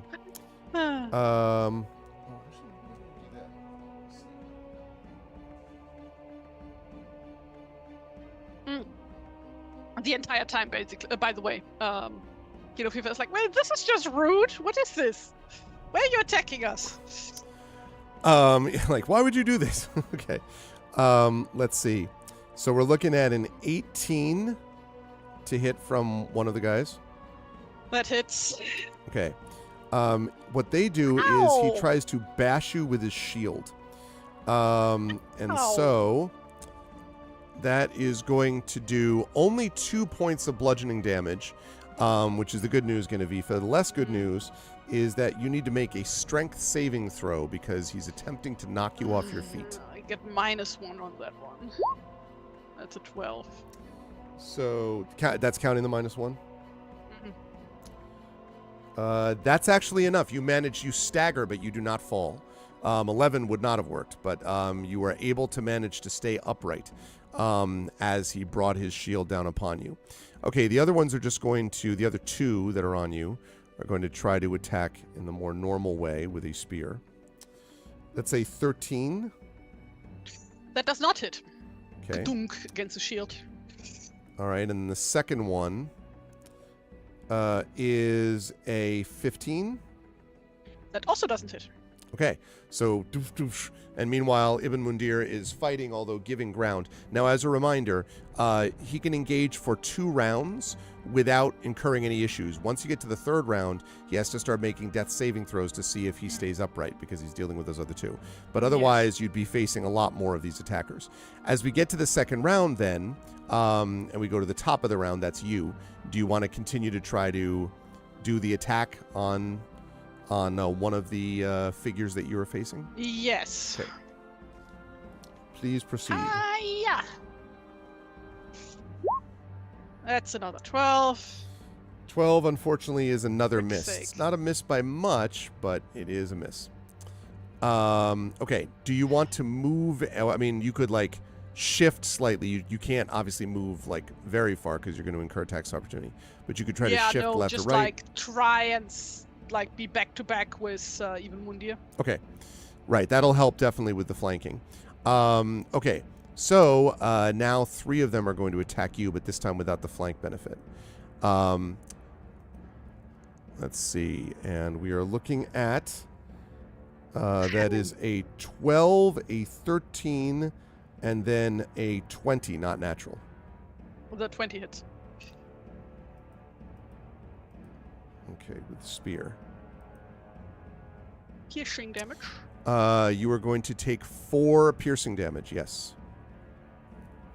Okay. And he manages to... Ibn Mundir manages... You can hear him panting as you sort of stand like back to back with him. He's giving ground. He's struggling with these 2 that are remaining. Top of the 3rd round. Second verse, same as the first? Yeah, try and hit these guys. Could you stop, please? What did we ever do to you?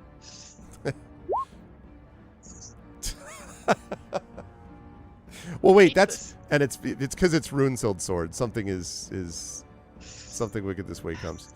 Okay. Okay.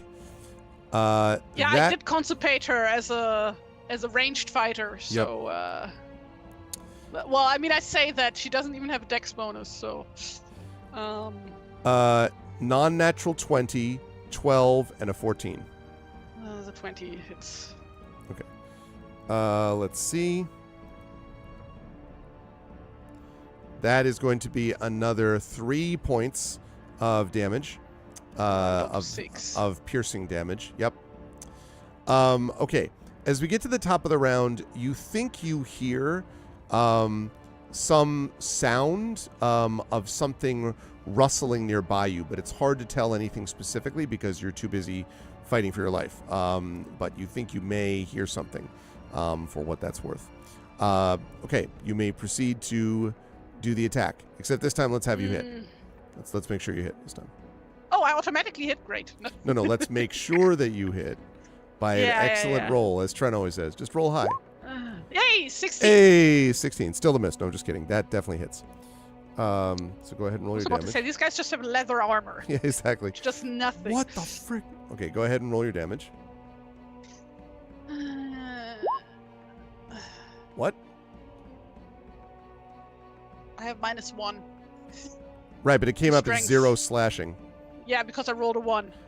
But it's the minimum is 1, right? Yes. Right? Please tell me. Yes. So you do 1 point of damage. Okay. So cool. It's a flesh wound. Okay. So you're like, all right. Now I need you to have Ibn Mundir is going to need to make a death saving throw. At the end of... Actually, hold on. They do it at the end of the opponent's turn. So let me do this, and then he's going to have to make a roll in a minute. So 3 attacks on you from the 3 guys. Mm-hmm. And we are looking at an 11. We're looking at a 17 and a critical hit. Yeah, the 17 hits, and I think the critical also. May just barely hit. Yeah. Yeah. Okay. Now, you are going to take what you would normally take is -8, or you take 8 points of damage, which will lead you to -2. However, as you're about to do this, then I need you to make a death saving throw, actually, for Ibn Mundir. Let me just have you do that first. Is that just a straight 20? D20? Yep, you're looking for 10 and up. Okay. 16. So manages to stay engaged with them and avoid attack. So, and as you fall, sort of Ibn Mundir is like, get a Vifa, and sort of like, fights back at the other guys. But you can see that as you're sort of lying on the ground, kind of trying to hold consciousness if you can, you can see that he's sort of like giving ground as the 5 sort of raiders surround you. And then from out of the darkness, you hear a whistling sound, and a spear impacts into the shoulder of one of the guys, and they stumble backwards, like sort of grabbing their shoulder, and then another spear, and the person just falls over back dead. And as the raiders sort of look around confused, leaping in, you see this deeply impressive looking figure. And you may remember this person a little bit. This is a person who, when you first met Thorfinn, they were standing right next to his seat. They had this dark red hair that was carrying a spear. You might remember this person. Yeah, Very quiet. I remember. Oh God, Ursa. That was the fisherwoman, who's also important. But no, this is Hilda, the spear, who was like standing next to Thorfinn. And she steps forward over your body, basically, and takes the spear that's in the shoulder of the raider that's sort of like staggering, to try to hold it. And it's got 2 spears, one in each shoulder, right? She grabs both spears and just lifts up, and his body is just like flailing on the edge of these 2 spears. And the other raiders sort of take a step back, and with a growl, she takes the spears and the body on them and throws them towards one of the raiders, and literally just impacts, like he goes flying back as the body hits them. And the 3 other raiders sort of like take a few steps back and then turn and bolt into the darkness. And the one that was hit by his dead companion sort of steps up a couple, like sort of gets up and sort of looks with wild eyes, and then scrambles away and bolts. And there is a moment's pause as peace settles on the island again. And then you hear the sound as you're sort of like struggling to maintain consciousness. Wait. Mm-hmm. Oh, okay. No, go on. Sorry. And you hear a sort of fierce, quiet voice next to you saying, "You don't have time to die. Just stay where you are." Yeah, and Fefa, like just about to slip away, is like, Runesild is back, and then she's gone.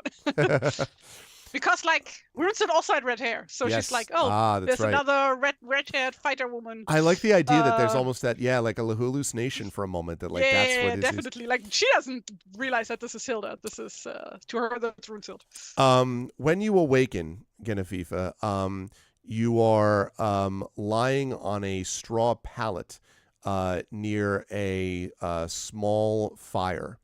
And you're a little bit disoriented at first, and then you sort of wake up to realize that you're inside a room somewhere, a wooden room.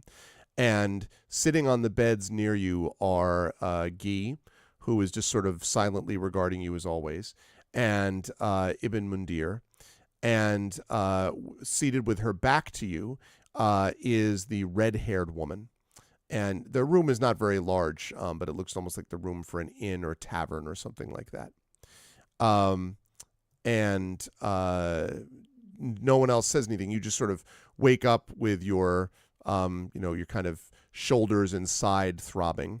I can tell you that you have, at the moment, a grand total of 3 hit points. Cool. Hey, Dragon. Sehr cool. And whoever the red-haired woman is, she is looking at the fire and not paying attention to you. Yeah, just like a miserable little whiny groan is coming from Gilofefa as she's like waking up. And she says, "Don't move. Those bandages are fresh." Huh? What bandages? And it just comes out as there's a bandage mesh. And she says, "The ones that kept you from bleeding out." And you do realize that at this point, Genevieve, that you have something fairly tightly wrapped around your midsection, your torso, and also something wrapped around your shoulder, and also something wrapped around your left arm. Basically, everything hurts. If you've ever had the experience where just like everything is in pain, that would pretty much summarize the way you feel. But otherwise, your two followers are there, and this woman still has not turned back to you, but is just staring into the fire. Yeah, Gilofefa just like feels around like, ow. That's the least you could say. You're not rune-sealed. And she turns and she says, "Who's rune-sealed?"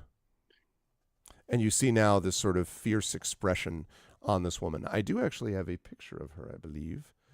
Let me see if I can add that to the mix as I jump into show me these virtual tabletop tokens.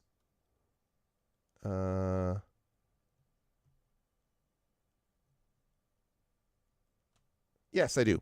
Okay, I'm going to put this time I will put this on Roll20, Tari. So hang on, it is coming up as we speak. Okay. So this is what you're looking at, and this, again, you do remember this person having been here, having been there as the sort of standing at the right hand of Thorfinn when you spoke to him before. And I'm going to move Frida out of the way because Frida's not here yet, and the scope is not here at the moment. But you two are. And she says, "My name is Hilda, and we've met once before. I warned you to be careful. I see you didn't pay much attention." Ah. Oh yeah, I remember, I guess. What are you doing here? Looking for you. I had a feeling okay, you found me. Hello. And she nods and she says, "Hello. I would like to know what you were doing out there on your own, though. When these people attacked you, why were you out there to begin with?" We're walking to the inn. But why did you leave the village in the first place? Oh, wanted to see the place where the battle with the troll happened. You couldn't wait for day to do that? It still was day when that happened. And she kind of nods slowly. "Oh, I see. I suppose that makes a little more sense. Well, you got lucky. That ambush couldn't have been more perfectly timed if they tried. And it didn't help that some of your best warrior followers weren't there."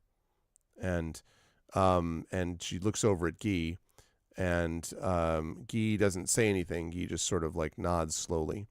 And Ibn Mundir, who looks like he's got also his arm in a sling, he looks like he's been kind of messed up too, sort of says, "He was sent away. Genevieve had asked him to get more people. In fact, he was trying to do the right and safe thing. Whoever did this knew exactly the right time to strike." And Hilda says, "I agree. And in a way, that's why I'm here. I've been tracking down this group of people, doing some of the things that we thought might have been responsible for the raids on the village. And I found this one." And she kind of like nods at you and says, "And then I found you one way or the other. I know." And she sort of kind of looks at you and then says, "Maybe this isn't the best time to do this. You don't look well. But you came here to get answers to questions. And I have a couple of the answers anyway."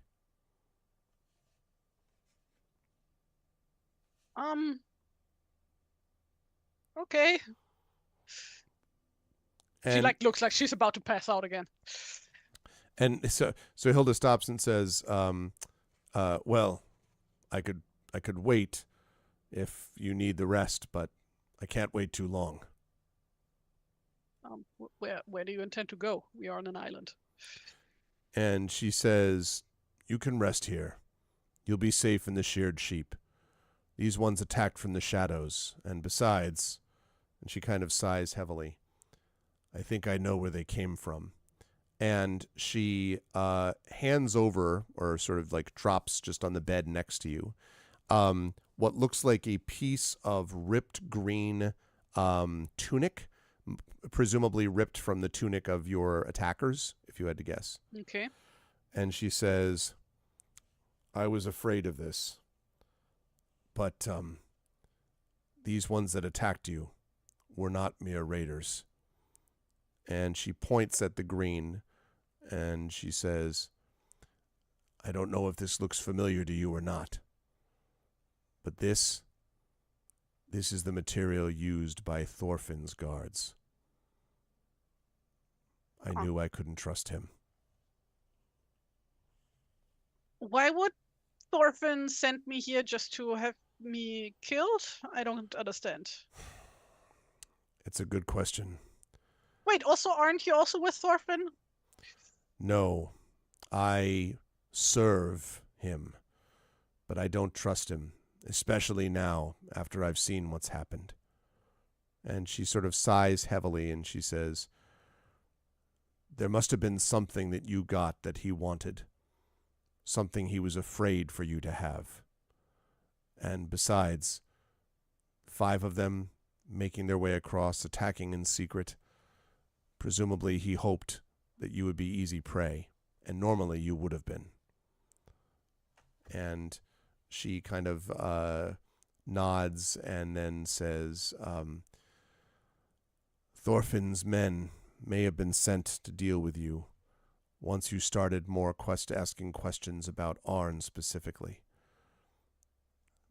Because the story people know isn't the full story. She kind of trails off. And by the way, she's got, let me just say, like, this woman did not skip arm day. Like, you know, like muscled, like strong, fierce face, a face that has seen more than its share of long days and nights, and a weathered face. Her spears, and she's now retrieved both of them, are standing up against the wall. But you can see, even from your vantage point, that both of the spear points are covered in blood. And again, the handle, the sort of grip where you would hold the spear, is again well worn, not unlike the scope's lyre, because she's used this quite a bit. And she says, did you hear the story of Arn? Have you heard it from the scope or someone else? I heard the song. What did you think about it? It was beautiful. Lies usually are. Are they? I once lied about breaking a vase when I was a kid. I don't think there was anything beautiful about that. Well, there might have been if you got away with it. As it was, no, you had I to didn't. face. And she nods. She said, exactly. The problem is that Arn has. And so she sort of sighs heavily and she says, I don't know the full details of this, but Arn and I were friends. We were close. And when I was growing up, Arn was always kind to me. We were more like brother and sister than lord and servant. And he wanted to learn everything about how he could be, he said, brave like me. Well, when the troll attack happened, I was proud of him. I thought he'd finally learned what he needed to stand up for himself. And one night when he was half drunk, a few years ago, he confessed that it hadn't been him at all, that the 2 other village warriors had done all the work, and that he was simply there to pick up the pieces. He called himself a coward. He said he didn't deserve to live. I told him he didn't deserve to die. He thought that was funny, I guess. Anyway, I've never heard the full details of how exactly it all happened, and he wouldn't talk about it. But he's not the hero that everyone in Herrogate and here on Homestead believes him to be. Whether that explains why Thorfinn sent his warriors after you, because these are no raiders, they're part of Thorfinn's crew, or whether there's some other reason, I can't say.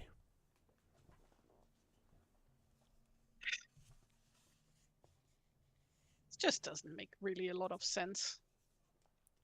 If he's like terrified of me unearthing the truth about his son, then why would he send me out to find his son in the first place? Because he may have suspicions about what happened to his son, but he can't kill you for asking questions in his own hall. It'd be too suspicious, and his rule is failing. There was a time when Thorfinn was a great leader, someone I would have followed against any creature, living or dead, that he sent me against. But ever since Arn is, well, people say that when Arn disappeared, Thorfinn got worse, but the truth is, Thorfinn has been not like himself for well over a year now. Even before Arn disappeared a couple of years ago, he was starting to lose it. He's not the same man that he was, not the same leader that he was.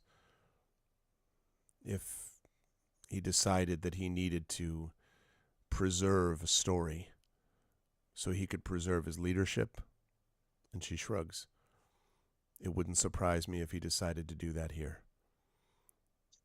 But he can't do that if you're poking around asking questions. So instead, he sends you to the Isle, hopes that you'll either have a pleasant time there and leave and not come back, or that you'll have a pleasant time until you get ambushed and killed and never return. The whole village, remember, has been losing people. I didn't know why, but now I'm starting to suspect the truth. So either I'm some elaborate cannon fodder, or he was hoping that I could investigate this whole thing without learning the truth? Probably he hoped you would find the story of the troll, that they would be happy enough with that you'd wander off and tell other people the same thing. That would be my guess.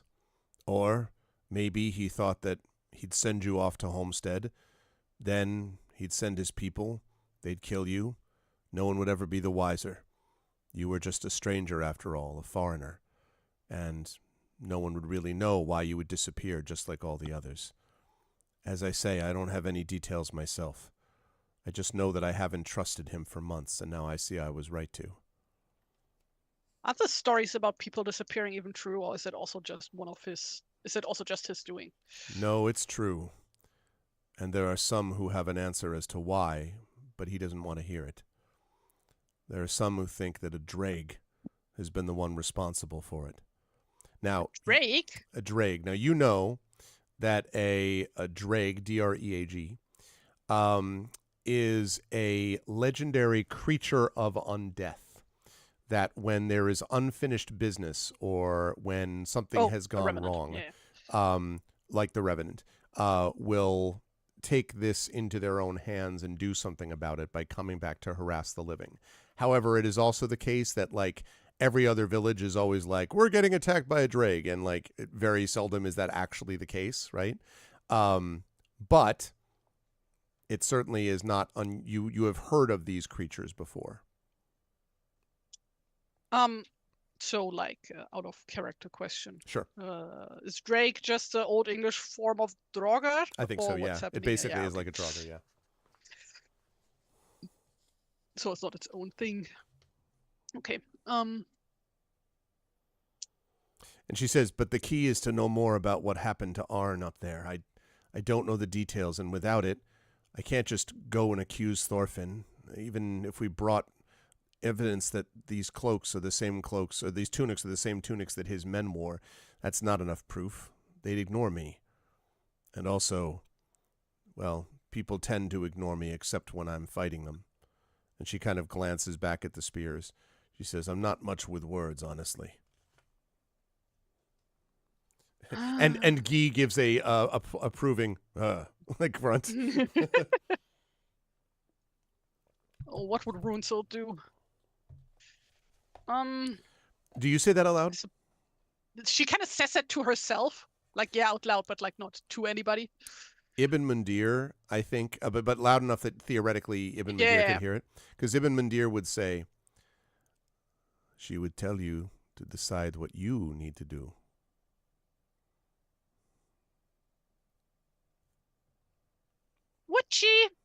Would she though? I think she would just run and fight the next best thing she could find without thinking about it, to be honest. And he folds his arms and looks at you and says, and why are you now the hero? I'm no hero? Look at me. And she like points at the bandages. Yeah. Ow. As you do that, look at me. And he says, the reason that you are leading us is precisely because she ran and fought. We all loved Runesild, but you have something that she did not have, and that is caution and thought. Perhaps you need to use those.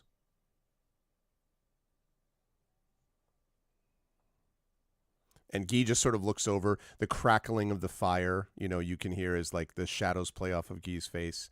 And Hilda, sort of with her face set, kind of stares down at you impassively. And she says, if you really are a hero, or at least if you lead people that think you are, then you're going to need to figure out exactly what happened here. I'll help if I can, but the way I help is, and she kind of glances back at the spears.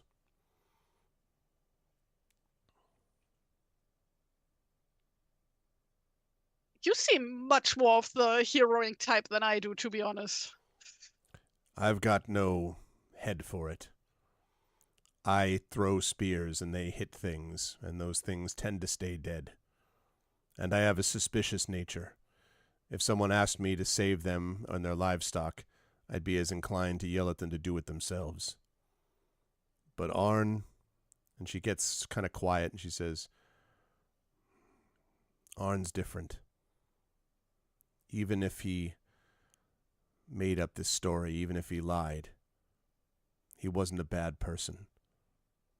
And I want to know what happened to him. So, I'll help you if you need the help. But I don't know what to do beyond what I've already told you. If he was so remorseful about lying about the whole thing, then why did he come back so often to the island and to show the people, to be the people's hero, to inspire them, as a bard put it? She shrugs and she says, I don't know. He wouldn't tell me, and after he confessed, he wouldn't confirm it again. He said all he would say is that stories often have an ending that nobody wants to read. And maybe he's right about that too. Something on this island, though, was drawing him back here. Something or someone. And the answer's here somewhere. What if his dad told him to come to the island to keep up the lie? And she kind of grunts, and then you can see her, if it's possible for her face to get even more dour than it was before, like she's even more like total frown, and she's like, you mean that traitorous beast might have sent his own son here to keep up the lie? Yeah, well, he evidently cared a lot about the reputation and to keep it intact. And she kind of stands up and walks over to the wall and just stares at it, and at her two spears. And she says, gods should damn you. But you're probably right. And they should damn you for that too. Thanks? Ibn Mandir grins. I guess. Well, I mean, I don't really know the guy like you do.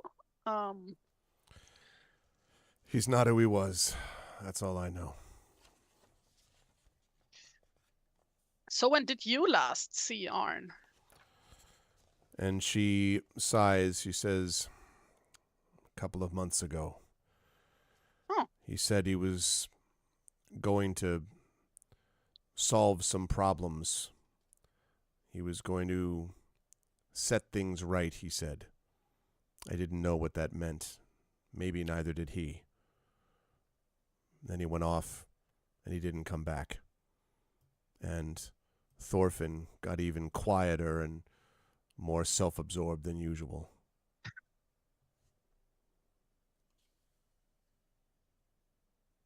So, I'm not an expert on Draga. Like, I only also heard the stories, like the kind of stories that your parents tell you when you're little so that you would behave. But like, if this is all connected, then it would make sense for the Draga to be the people who died back then when fighting the troll. But then what would they be doing on the mainland? There's one place on the southern coast. He used to go there. He said for knowledge. We call it the Silent Sanctuary. There used to be I've heard of that place. There used to be monks there that would perhaps make him feel better. The last time that I spoke to him, I told him he couldn't. It came up. I told him he couldn't keep lying about it, at least not to himself. I told him it had taken me a while to recognize my own mistakes in life. Now I was living, at least in a way that I could be proud of. You can't live in a lie. And I knew the time would happen. And so she kind of sighs, and then she says,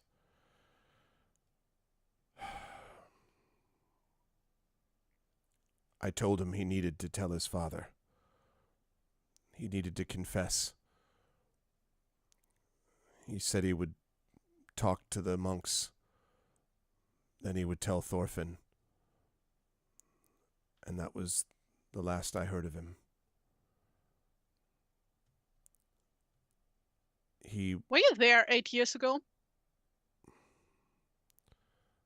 And she kind of looks up at you. I would like an insight check, please.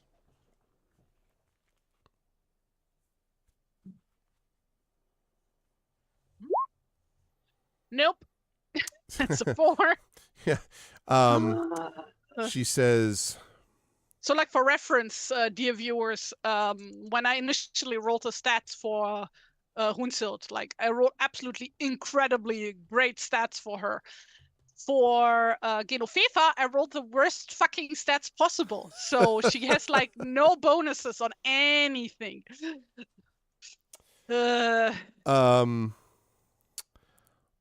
Okay, so let's see. She says, and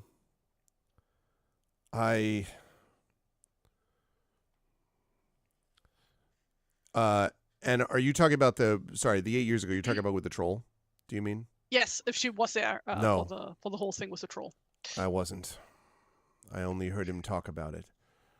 It didn't sound, at first I couldn't believe he could have stood up to the troll like that. But then I thought maybe he had risen to the occasion. He could do something like that sometimes. He was surprising, and you can see that her voice is getting quite soft as she talks about him, Genevieve. And she says, He was a good person in his own way. But I wasn't there, no.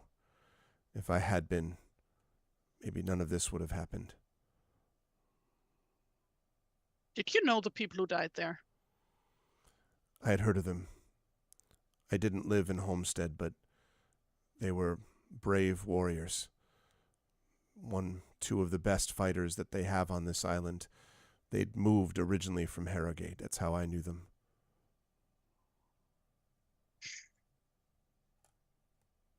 So... Oh, that reminds me.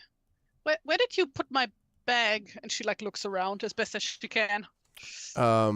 And she says, "It's under your bed. Why?" Oh, can you get it out for me, please? And she kind of raises an eyebrow. Struggle moving. Yeah, she raises an eyebrow. She reaches under the bed, pulls out the bag.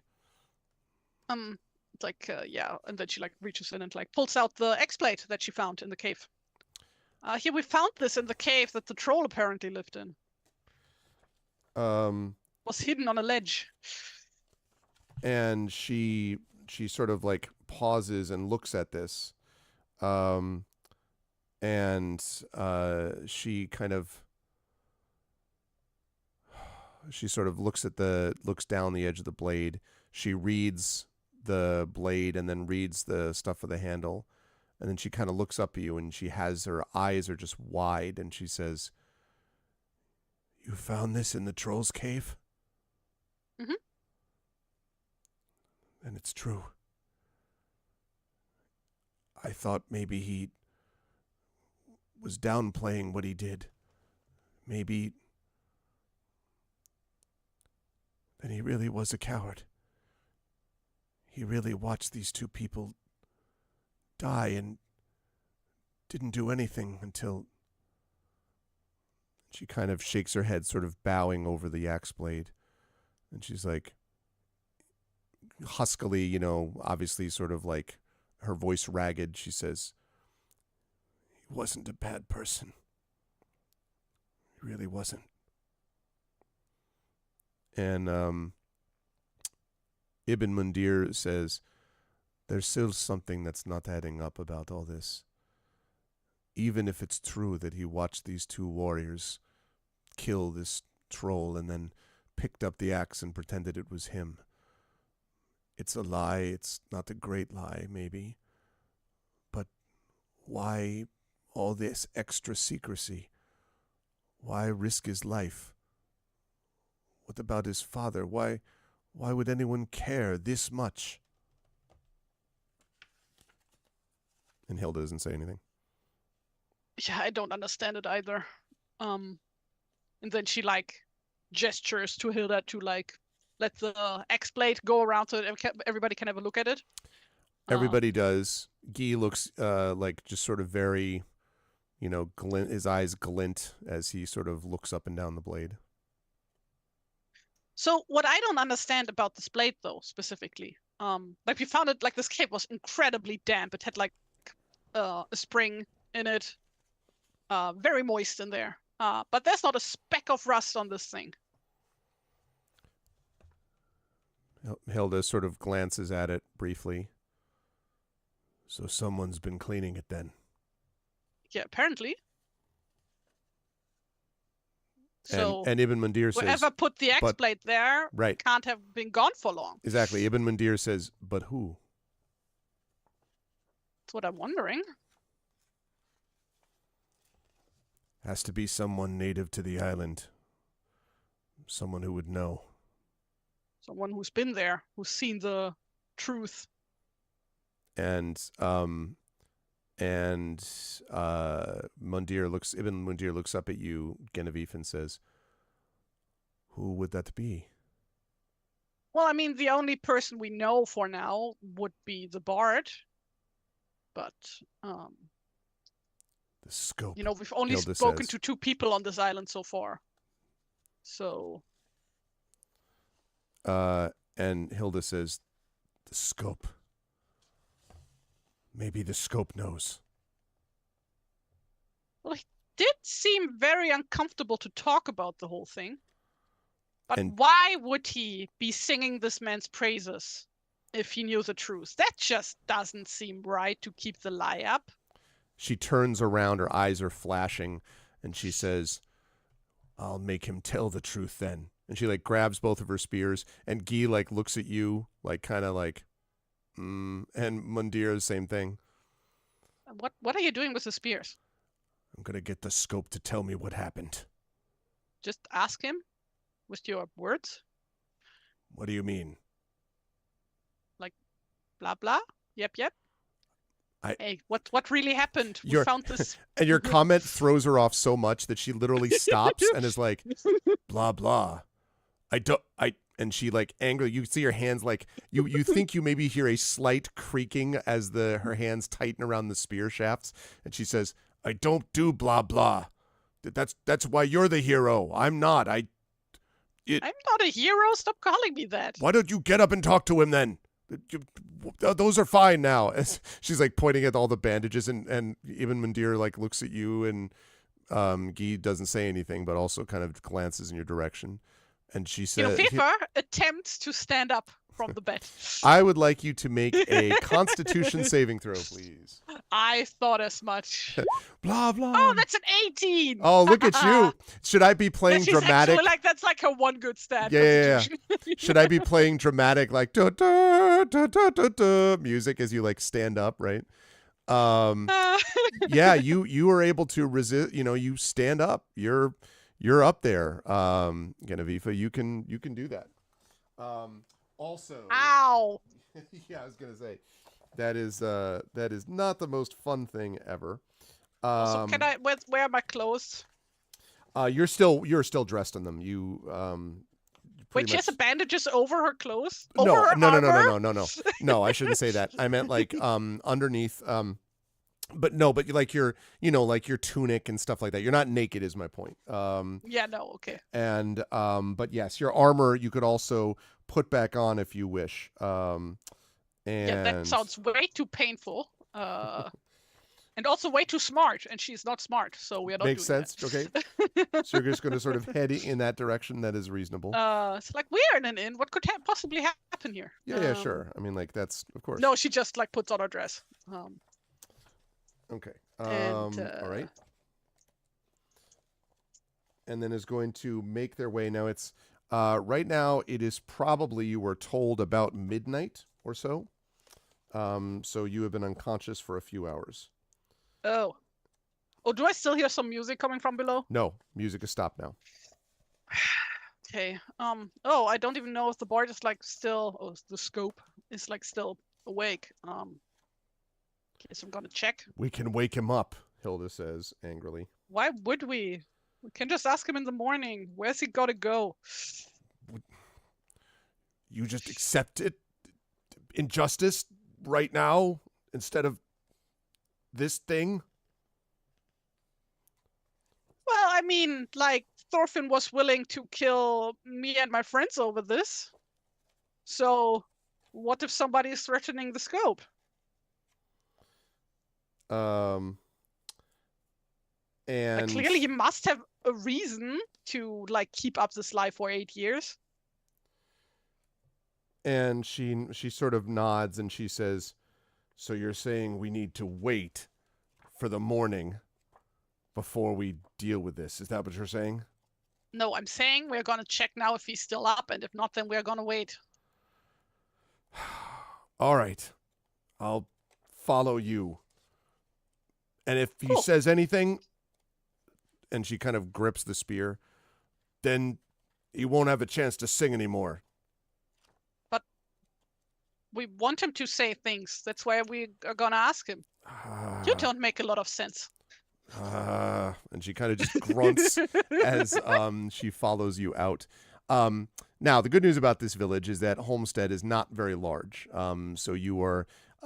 when you get downstairs, you can see that the innkeeper who has been there and sort of, inquires after you and directs you and, lets you know that they'll probably be asleep, but here's where the scope actually would be. And there's, as it turns out, the scope actually has a room at the back of the sheared sheep, which is on the first floor of this inn, which is where the scope usually stays. Oh, he's an artist in residence. Let's put it that way at this place. Right? So, about how long ago did he retire? We went pretty late, I'd say. The innkeeper says maybe half hour ago, 45 minutes. He's probably still awake then. And the innkeeper shrugs. Oh, that's good. All right, then he's awake, and Hilda pushes past you. Let's go. Sorry. Fefa almost falls over. Yeah, exactly. Could I inquire you for a glass of milk, maybe? And the innkeeper says, "I'll have it brought up to your room." Like now, ideally, I lost a lot of blood. I see that. Why are you standing? What? And Hilda says, "Because she's needed." And the innkeeper I'm not dough. I need dough. Dough. Dough. Everyone just sort of looks at each other. But he says that he will bring the milk to your room. Okay, thank you. Also, maybe I don't know what kind of food you still have, like bread. I don't know. Something to eat would be good. And he nods. I'll bring you some of the I'll bring you some of the leftover lamb shank. Oh, outstanding! Thanks a lot. All right. Hilda, you still there? And Hilda's there, although turning back to you constantly, like wanting to leave. Like very much like, come on, let's go. Fifa just like stands and positions herself in front of her and takes her hands. Breathe with me. In and out. We're just doing the scene from Mulan when it's basically the big guy holds the short guy. I forgot the names. But exactly. The guy with the eye with like, yeah, exactly. It's right, and it's the huge dude, right, who's like picks him up like a baby as he's putting him down. Yeah. So after a bit, you go back to the room, and Hilda like hauls off like she's gonna slam through the door, and then she stops and looks back at you, and she's like, "What do I do here?" And Fifa looks and just leans forward and knocks on the door. And after a minute, opening the door, you see a rather tired-looking scope, who says, "Yes, what?" And then sees Hilda, whose expression is, and sees you with the bandages, and the scope's like, What on earth is that? And Hilda says, "We've come to see you. Let us in now." And the scope sort of like steps back a few steps, and Hilda glares at you, Genevieve.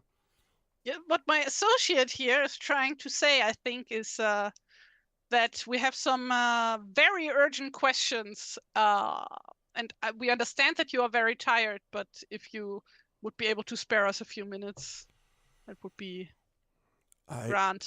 I suppose. And Hilda like practically pushes him aside as she like walks into the room, and then stands there stiffly. The room itself is fairly modest. You can see there is a stand where the lyre is sitting in a place of honor. There is a small little fireplace in here, most of which has sort of died down to mostly just embers. But there is also there are a couple of candles on little night tables by the bed. And you can see there are a bunch of like, he's basically dressed in his nightshirt, more or less, and his clothing is on a chair near the bed. Yeah, exactly. You're sparing us a few minutes of questions whether you do it voluntarily or having received a life-threatening injury. Exactly, imaginary exponent. That's exactly right. So he kind of goes over and then sits down in the chair, and there's like one other chair in the room, but very clearly Hilda is not going to be using it. Hilda is just standing up behind the chair, just glaring full bore at the scope. Yeah. That was the wrong button.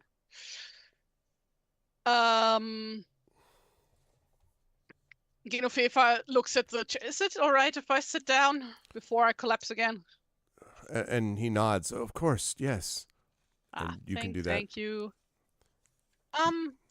So, and she brought the axe blade wrapped in a cloth. Okay. And it's like, we went to check out the cave after we spoke. All right. And we found this thing here, and she hands him the little bundle that the axe blade is in. And when you hand it to him, he sort of sees it, and then he opens it, unwraps it, and then you can see his shoulders literally slump, and I suppose it's better this way. I have wanted to put down the weight of Arn's tale for a long time. I'm glad you found this, I think. And he sort of I'm not. I got off. kind of stabbed a bunch over this. And he sort of stares at the blade and then up at you.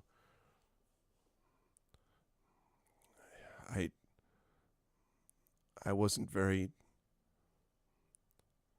I'm sorry. And Hilda's like, sorry for what? And he kind of looks at you, Genevieve. And he kind of glances up at Hilda, whose fist is getting ever more tightly white-knuckled around the sphere shaft.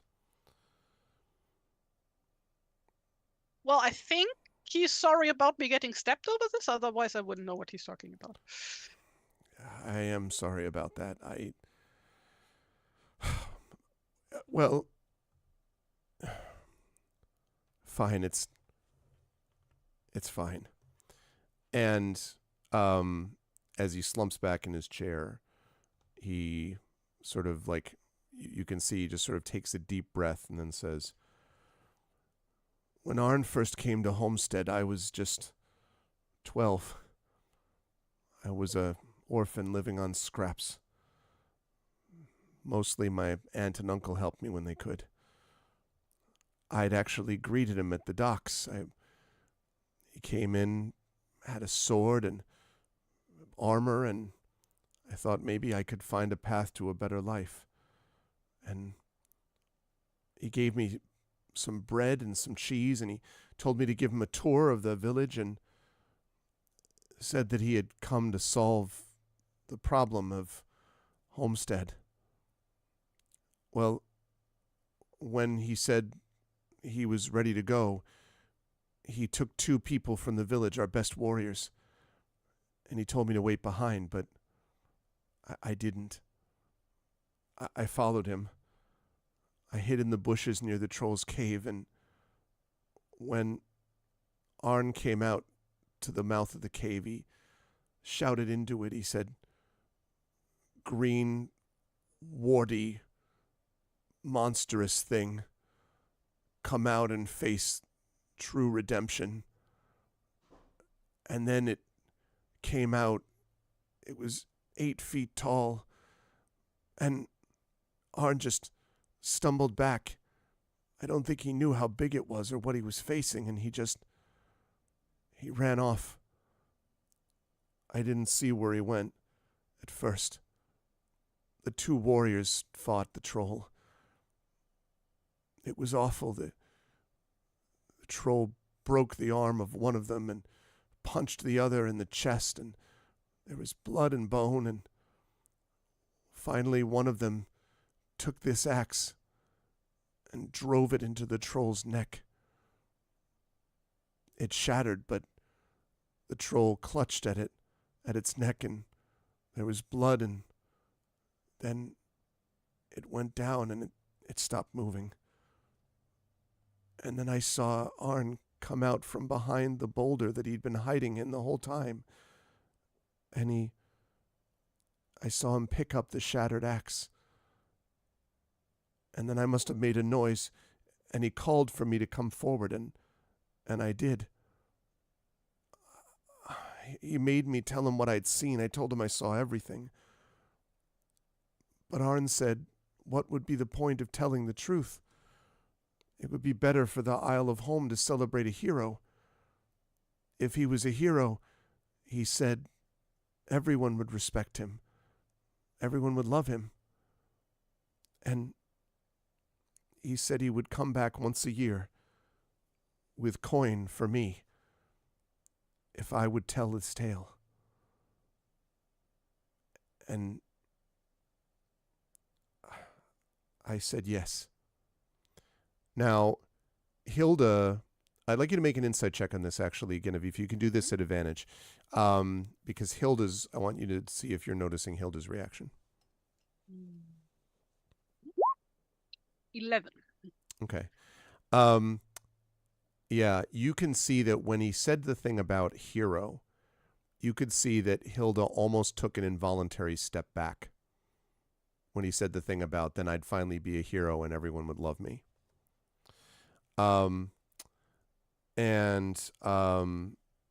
So he says, Arn came back with money and he made me, he let me open a workshop. Eventually I became not just a bard, but a woodworker. I made this instrument, this lyre, and he points at the lyre, but I made it with material and money that Arn brought me. 2 years ago, Arn stopped coming to Homestead, but I kept his secret. I didn't want to rob the people of their hero. I guess I didn't want to rob myself of the hero either. And he sort of falls silent and then just says, I've been the scope here for 8 years. And all of it was based on a lie. So who were the real heroes? The 2 warriors. The villagers. Their names are always remembered too. But not as much as Arn. No, what are their names? That's what I'm asking. Oh, and he mentions 2. Cannabis is one of them. Cannabis? That's a weird fucking name. And Hargard, Hargard. Cannabis and Hargard. Do not care about spelling. Well, it's King Hargard. King, not Haggard. That's a whole different. Or Hagrid. You're a wizard, Harry. No. You're a bard, Scope. We only reference good books here. Yeah. Thank you. Thank you. So yeah. So who are they? He says 2 warriors from our village. 2 of our greatest ones. Originally they had been in Herrogate and then they moved over to Homestead. But when Arn came over, they still owed him allegiance. It was his, or at least they owed his father, Thorfinn's allegiance. He always said that he thought now he would get his father's respect. And I don't know, I guess there was always time, I thought, for him to tell the truth eventually if he wanted to. In the meantime, it was worth having a lie. At least that's what he thought. Do they have family or anybody left? No. They were both just men who had come. They'd never been able to be around long enough to get married. They had friends in the village, but the friends already knew of their triumph. They just apparently didn't know all of it.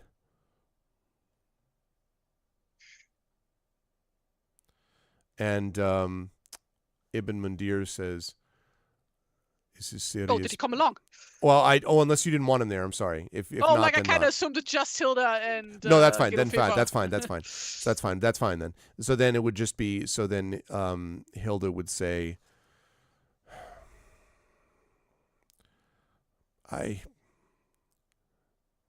hero. And you can hear that she's like practically got tears in her voice, that doesn't seem like Hilda at all. Well, I don't know her that well. It's true. And the scope says, I'm sorry. I don't know what happened to him. I'm sorry. And why did you keep up the lie even after he didn't come back to pay you further? I didn't want the village of Homestead to lose hope. It can be a hard life sometimes in this world. I wanted them to have something they could believe in. And the festival, and the singing, and the feeling of the children's faces, the happiness. Not all Don't you think the people would be happy to know that their friends were the real heroes? Not if their friends didn't need to die. If Arn hadn't run away, and there were 3 fighting the troll instead of 2, maybe none of them would have had to die. He was supposed to be the hero. They were his followers, and he abandoned them. And again you hear crack, crack, crack of the spear shaft behind you. But the thing is, even though Arn abandoned him, Cannabis and Herrogate were still heroes.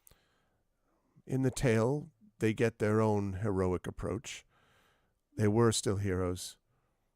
I'm not talking about tales. I mean about what happened.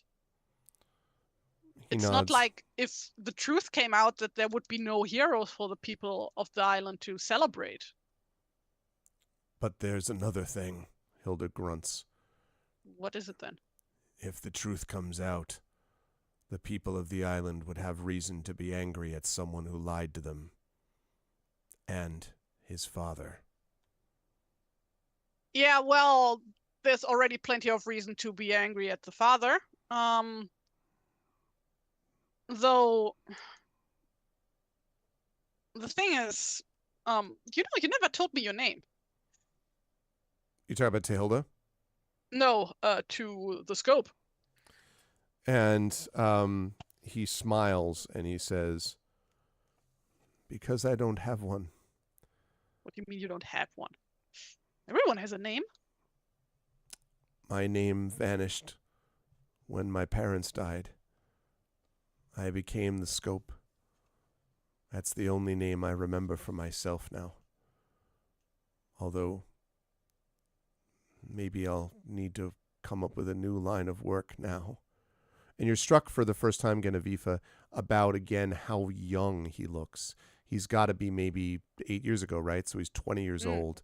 And he just looks like, you look at him for a minute and you can just see the sort of child of 12 in his 20-year-old face, you know? So. Oh, he's just baby-faced. Yeah. Good genes. Scope is kind of messed up. Yeah, that's, yes.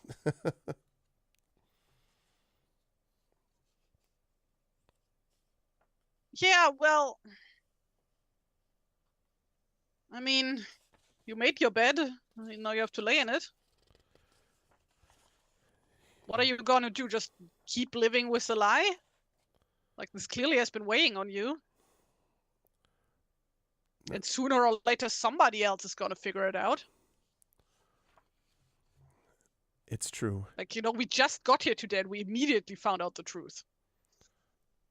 But you asked questions other people don't ask. Nobody asks questions around here. They just go along. And Hilda says, that's always been the problem. They just go along. That's why you're the hero. And Ibn Mundir says quietly under his... Oh, God damn it, he's not there. Never mind. I keep thinking he's there because he was going to say something else dramatic. But no, we'll have Hilda do it. But no, Hilda says... Like hear from upstairs. Yeah, like whispers through the knothole that he's been staring in the whole time.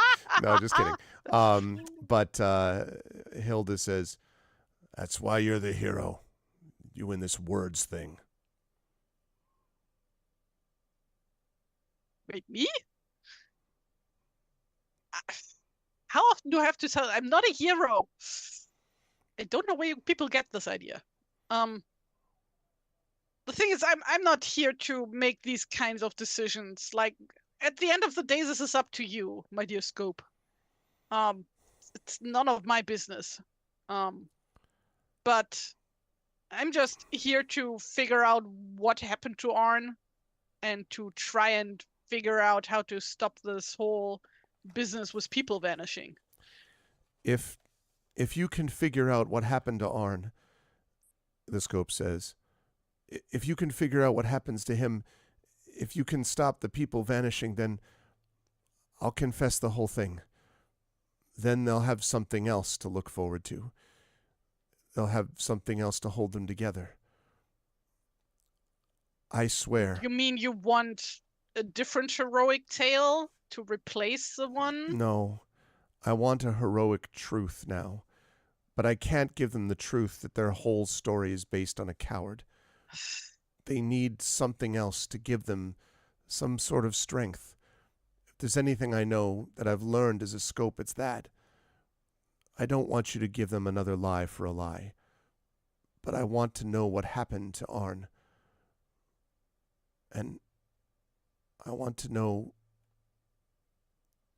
what the actual truth is. And then what if I fail? And he lowers his head. Then... Like, I'm new to all of this. Like, I'm just a baker. What do I know? I'm not a monster slayer. And Hilda grunts and says, "You asked the better questions than anyone else has in 8 years." Do I? It got me stabbed. And she, like, again points at the bandages. Well, so you need a little work on the fighting side. I suppose. I prefer to just not get stabbed. This seems a little less painful than being stabbed, to be honest. People around here have been getting attacked for a while now. And vanishing. And if you don't want them to get stabbed, you've got to do what you can do as a hero, even if you don't think you are one.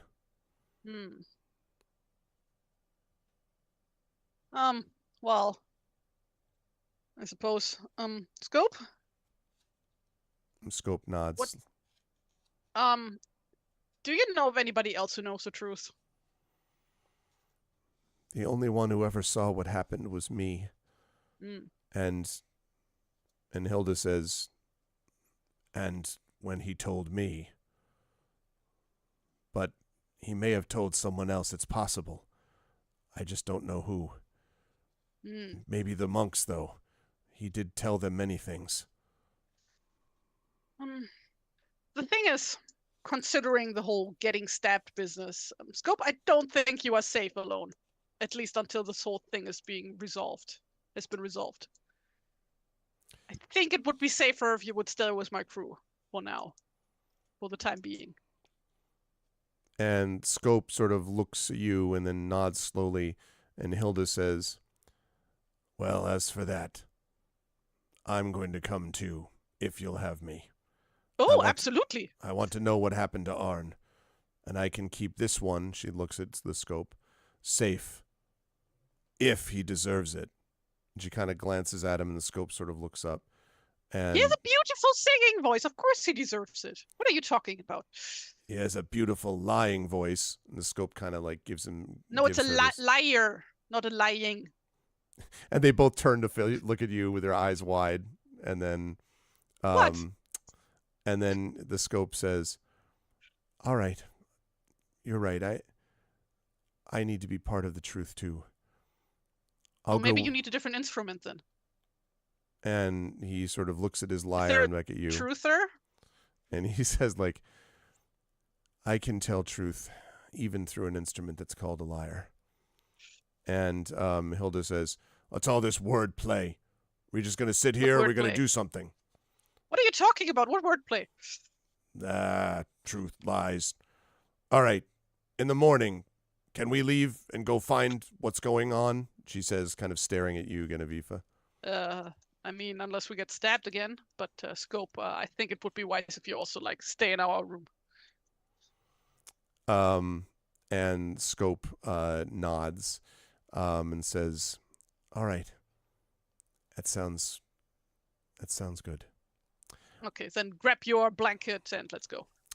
And Genevieve, I will tell you. Starving and also need to sleep. And I will tell you, by the way, since we're on that subject, that I will give you the benefit, in this case, of a long rest. You won't be able to benefit from another one for 24 hours, but this means your hit points will be back up to full. And, outstanding. And if you, I don't think you. Nothing ever happened. Yeah, exactly. I don't think you spent any hit dice, right, during a rest. I don't think you. During a short rest, you can. Right. No, I know, but you didn't. I'm saying, like, you didn't have a short rest, right? Okay. That was a whole issue. That's exactly. So this will be your long. So this will be your long rest, which will count for the next 24 hours. But I would say that as you are resting in the inn just before you, the next day, head off to go track down the next details of what will happen.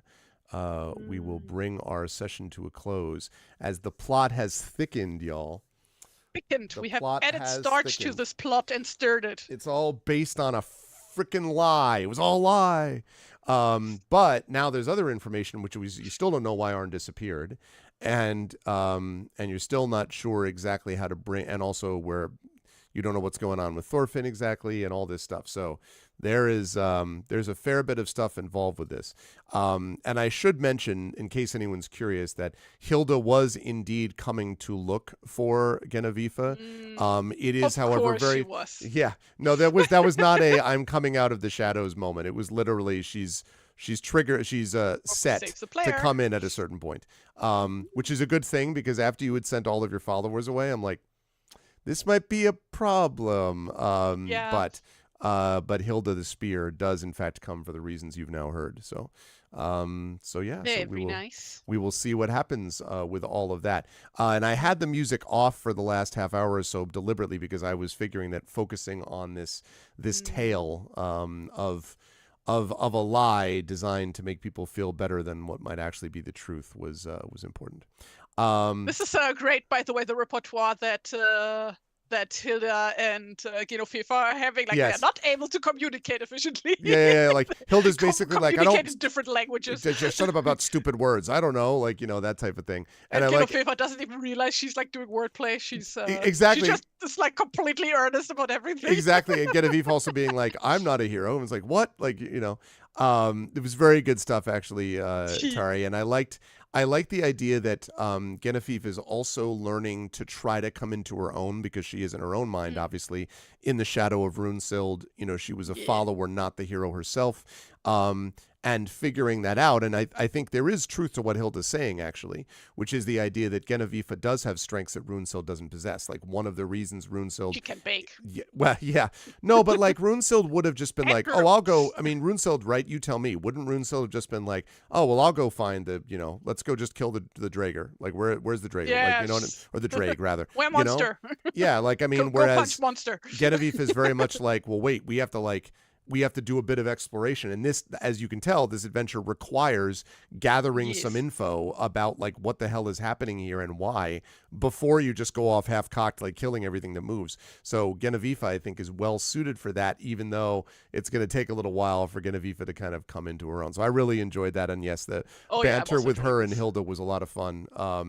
And I immediately had this image that, like, you're assembling, like, the weirdest Avengers team of all time. Like, in addition to your followers, it's like Hilda and then the 20-year-old Scope haunted by his past and all this stuff and all this thing. To be fair, Fefa herself was only 18, so... Right. Yeah. I mean, well... So she's even younger. It's true. And, of course, at that time period, being 20 wouldn't have been considered like, oh, you're just a young buck. Like, that's what, basically middle age, at this time we're talking about, so... according to children and teenagers. Yeah, right. Exactly. How did you feel, Tari, about session today and so on, and where will the five folks find you next? Not counting the incredibly cursed dice today. Oh my god. I'm climbing fall. Oh my god. Yeah. Kind of just save scum to get around the shit. So quick save, quick load. No, this was incredibly fun. I really love how this all is like playing out in like the grander scheme of things. It's like in the sense of like how like the bigger storytelling aspect of, like you said, like Genofifa trying to figure all the shit out. And I'm like, I didn't realize that Genofifa would be that not fun to play because I've never played a character like her before. Yeah. So this whole, and like the whole thing with the followers and everything, it's just real good stuff, I think. It's very enjoyable. I hope it's enjoyable to watch too. I think chat is, I mean, you tell me, chat, but I have a feeling they're enjoying it. Against the door. Oh, yeah, my cat, one of my cats is right down there. Currently, my orange cat is curled up near the games, and my other cat is up on the cat tree. Right. Yeah, I saw that one earlier. There's climbing Ganesh. Up. Yep. There's Ganesh. Hi. And there's my other cat down there. He's not in the mood for this. I'm sure they would say hi if they were not asleep, because that's what they're doing.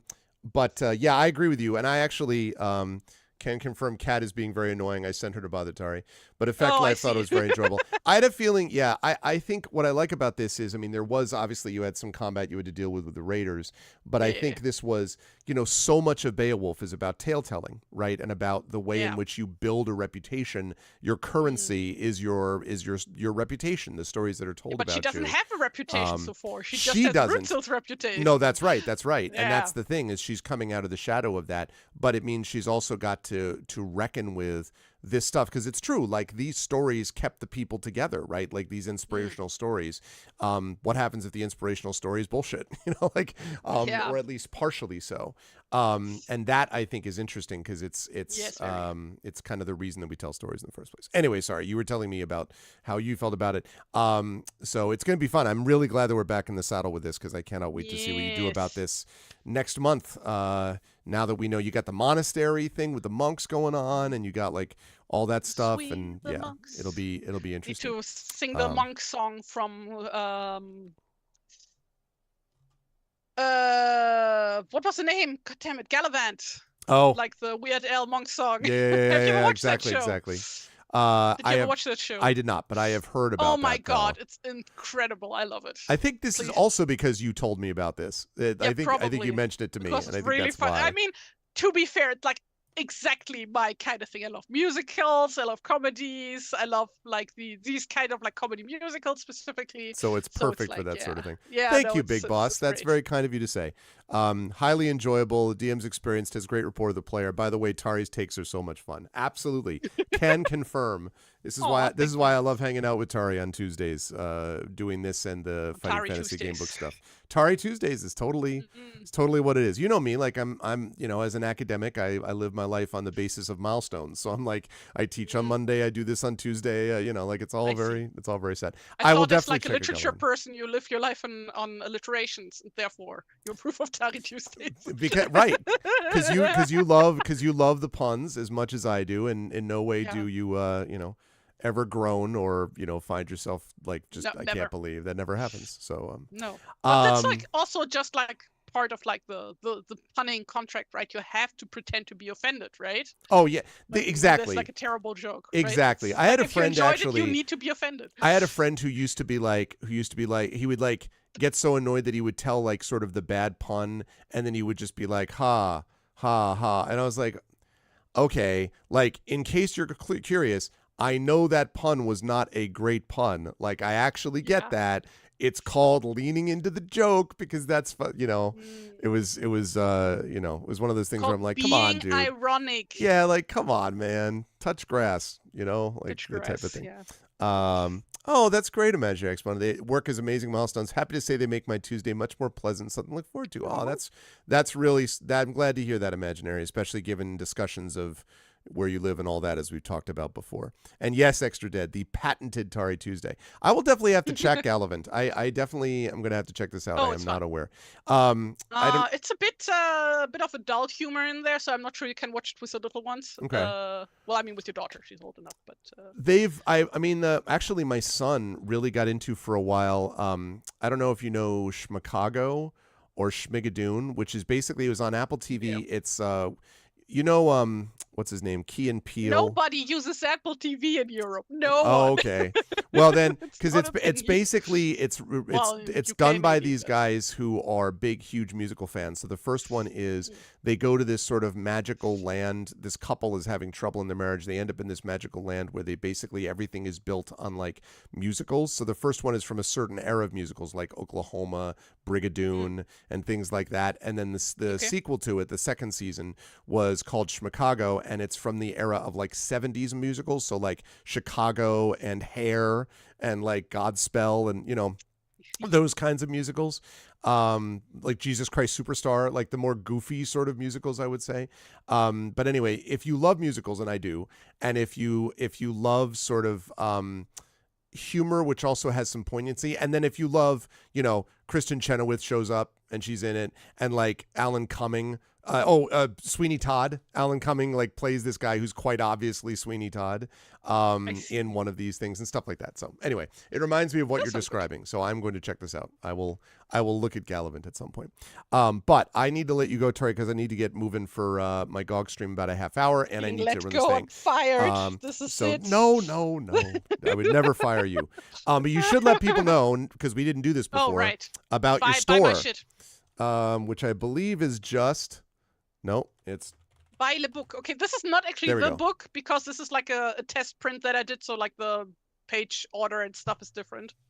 But it's more or less this. Such a good book, though. I mean, like you should. It is so worth it. I know some people in chat have already bought it. It is great stuff.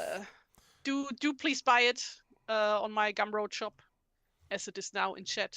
Yep. And you should 100%. I just clicked on it to double check. So you should absolutely do that because like just the art book on its own is worth the price of admission, honestly, like just on its own. But you can get postcards and you can get like all this cool stuff. And I imagine you're going to expand it over time, right, Tari? Like you'll add more stuff to it.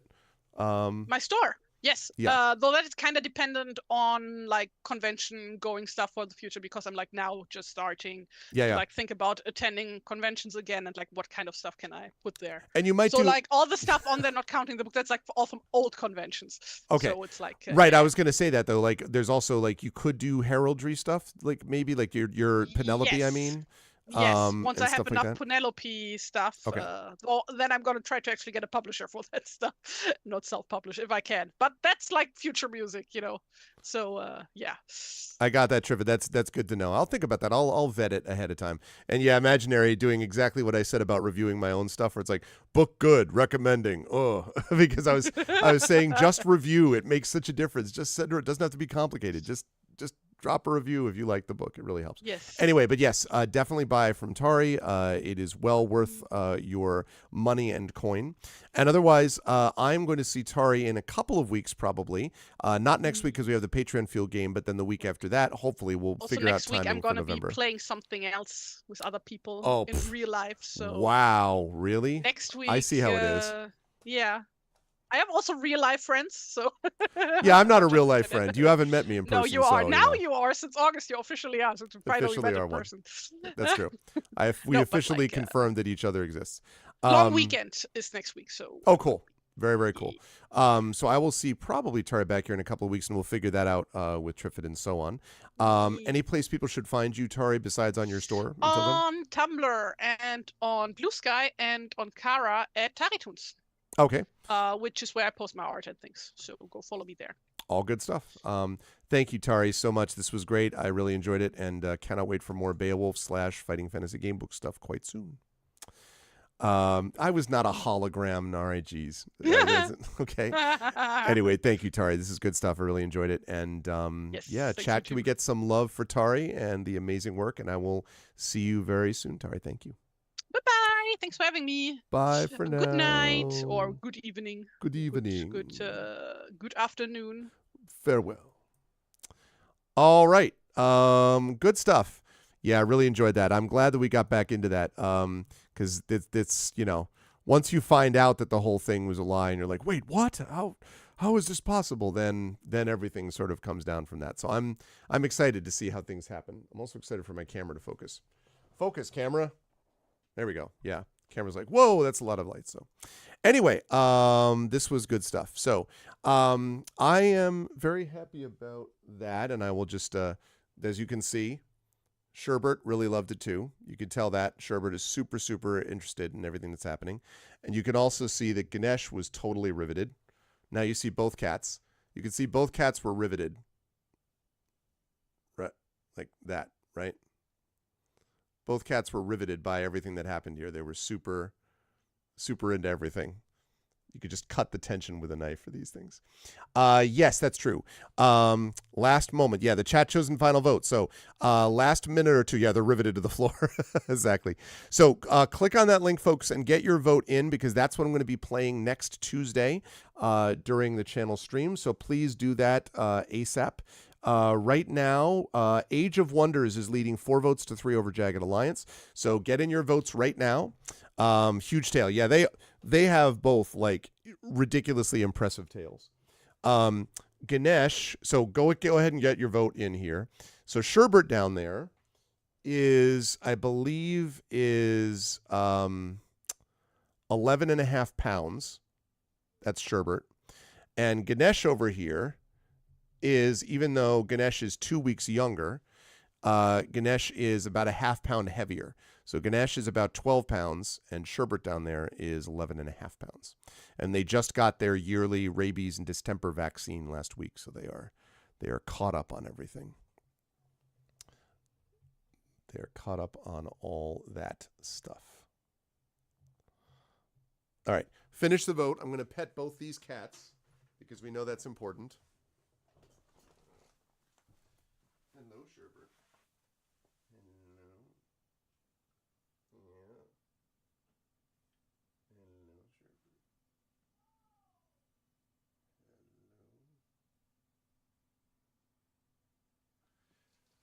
Hello, Sherbert. Hello. Hello, Ganesh. Hello.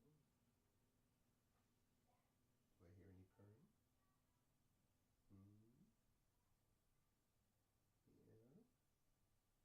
Yeah. These are both great cats. They really are. I am a huge fan of the fact that both cats do exactly what I hoped, which is that when I'm up here doing work, a lot of times they'll be up here with me. And like, I cannot explain how like really comforting it is to just be able to be over and just look over and they're just sleeping and hanging out. It's very cool. So super cool. So yeah, 11 pounds after tax.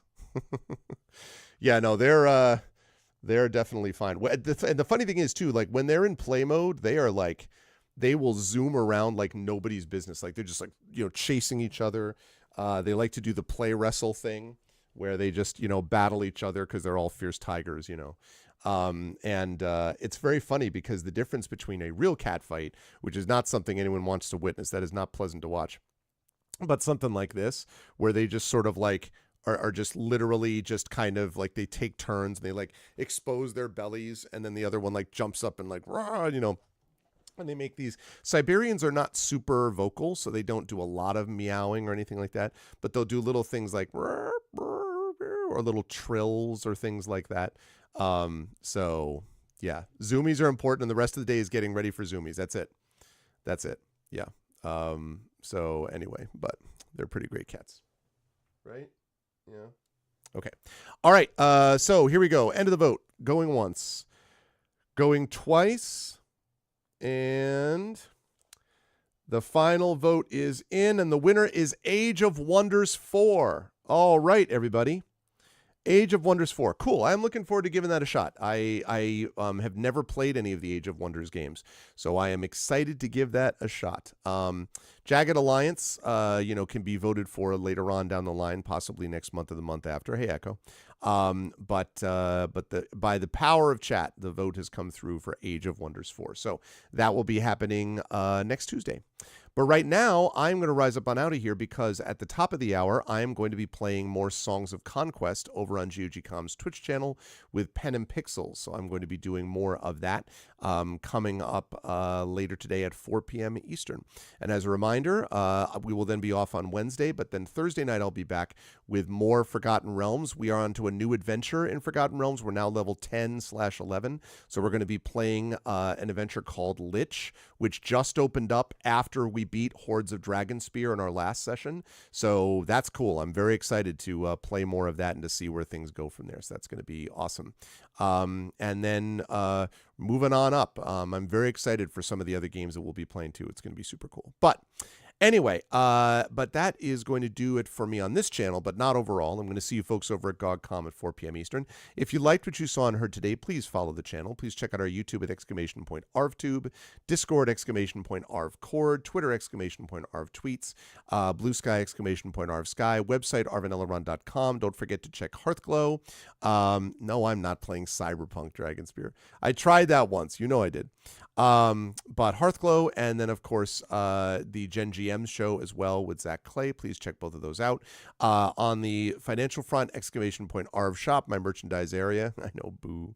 !Arv Treon is the Patreon where you can support the channel. That really does make a difference. Get cool stuff for yourself and the channel by supporting that right over there. I got halfway through the tutorial. Well, still. I got a good sense of the vibe of it though, in fairness to me. What was I talking about? Oh, yes. So Patreon and then subbing to the channel is always a good thing as well. So please do that. Custom sub badges and emotes to use here, there, and everywhere across Twitch, plus inspirations. Thank you, Effect Life, for attempting to inspire Genefifa to to climb up a wall without falling off of it. Then of course, subscribing to the channel gives you those custom sub badges and emotes to use here, there, and everywhere across Twitch, and inspirations to help our players as well. On the publishing side, !Icarus, my graphic novel from Athos Arts. !Library is my Tales and Tomes from the Forbidden Library. That's my 5e adventure and sourcebook from Alligator Alley Entertainment. And Greyshade, Renegade, and Heretic, the books of the Grey Assassin trilogy, available there now, plus the audiobook of Greyshade from our very own Trent Sparks, available there now. And you can pre-order the tabletop role-playing game of Greyshade, being done by our very own Brandon O'Brien and coming out from Alligator Alley Entertainment. That'll be out late this year, early next year, and you can pre-order that at this link as well. I should mention, if you were going to be in CanCon, at CanCon, which is in Ottawa, that's going to be coming up a week from this Friday. If you were going to be there, I am going to be there, and I'm going to be doing a special Q&A kind of book release, official in-person conference book release, and I'm going to be doing that with Ed Greenwood interviewing me about my process of writing the Grey Assassin trilogy, which is really awesome because Ed was, of course, directly involved with that. So I'm super excited to be able to talk about that and to join these lovely people in Canada. Sadly not, but you could go north of the border, Dragon, and meet up with us in Ottawa. That would be lovely. But anyway, so that is happening at CanCon. I'll also have a couple of panels and reading and stuff. So it's going to be very good. I'm super excited. Boo, mark number 2. Very excited for all of that as we get ready going forward here. And last but certainly not least, BLM, Black Lives Matter. Important to affirm and assert the significance and importance of Black lives. Help Now, the World Health Organization page on suicide prevention. Important to reach out to others when you need help and reach out to others when they need help as well. And Ukraine, UKRAINE, to help the people of Ukraine as they fight back against an illegal and illegitimate war with bravery and courage, and send the message we will do so for others in the future in a similar situation as well. That, as I say, is going to do it for me. I want to thank everyone who made this an awesome stream today. Solid turnout as well. Those remaining, thank you to my wonderful mods, Dragonspear and Triffity Mats, best in the business. Thank you as well to my Patreon supporters and subscribers, Dragon, Triffid, Effect Life, Craigery, and TomTom. And thank you so much to my wonderful viewers as well. Thank you to Big Boss, Black Fury, Imaginary Exponent, Jagtress, Mr. Jonas. Thank you to Cubics, to T-Bank, and to Extra Dead. Thank you, everybody. Please spread the word. Please let everybody know. And I will see all of you lovely folks, hopefully at 4 p.m. Eastern today, about 20 minutes from now, where we're going to be playing some Songs of Conquest on GOGCom's Twitch channel. Until then, and I'll be back on this channel Thursday night for for Forgotten Realms Unlimited Adventures with the Realm playing the adventure Lich. That's what's happening Thursday night. That's it for me. Thanks to everyone. Much love, and I will see you folks very soon over on Godcom's Twitch channel. Until then, everyone, please be good to each other, and have a good afternoon.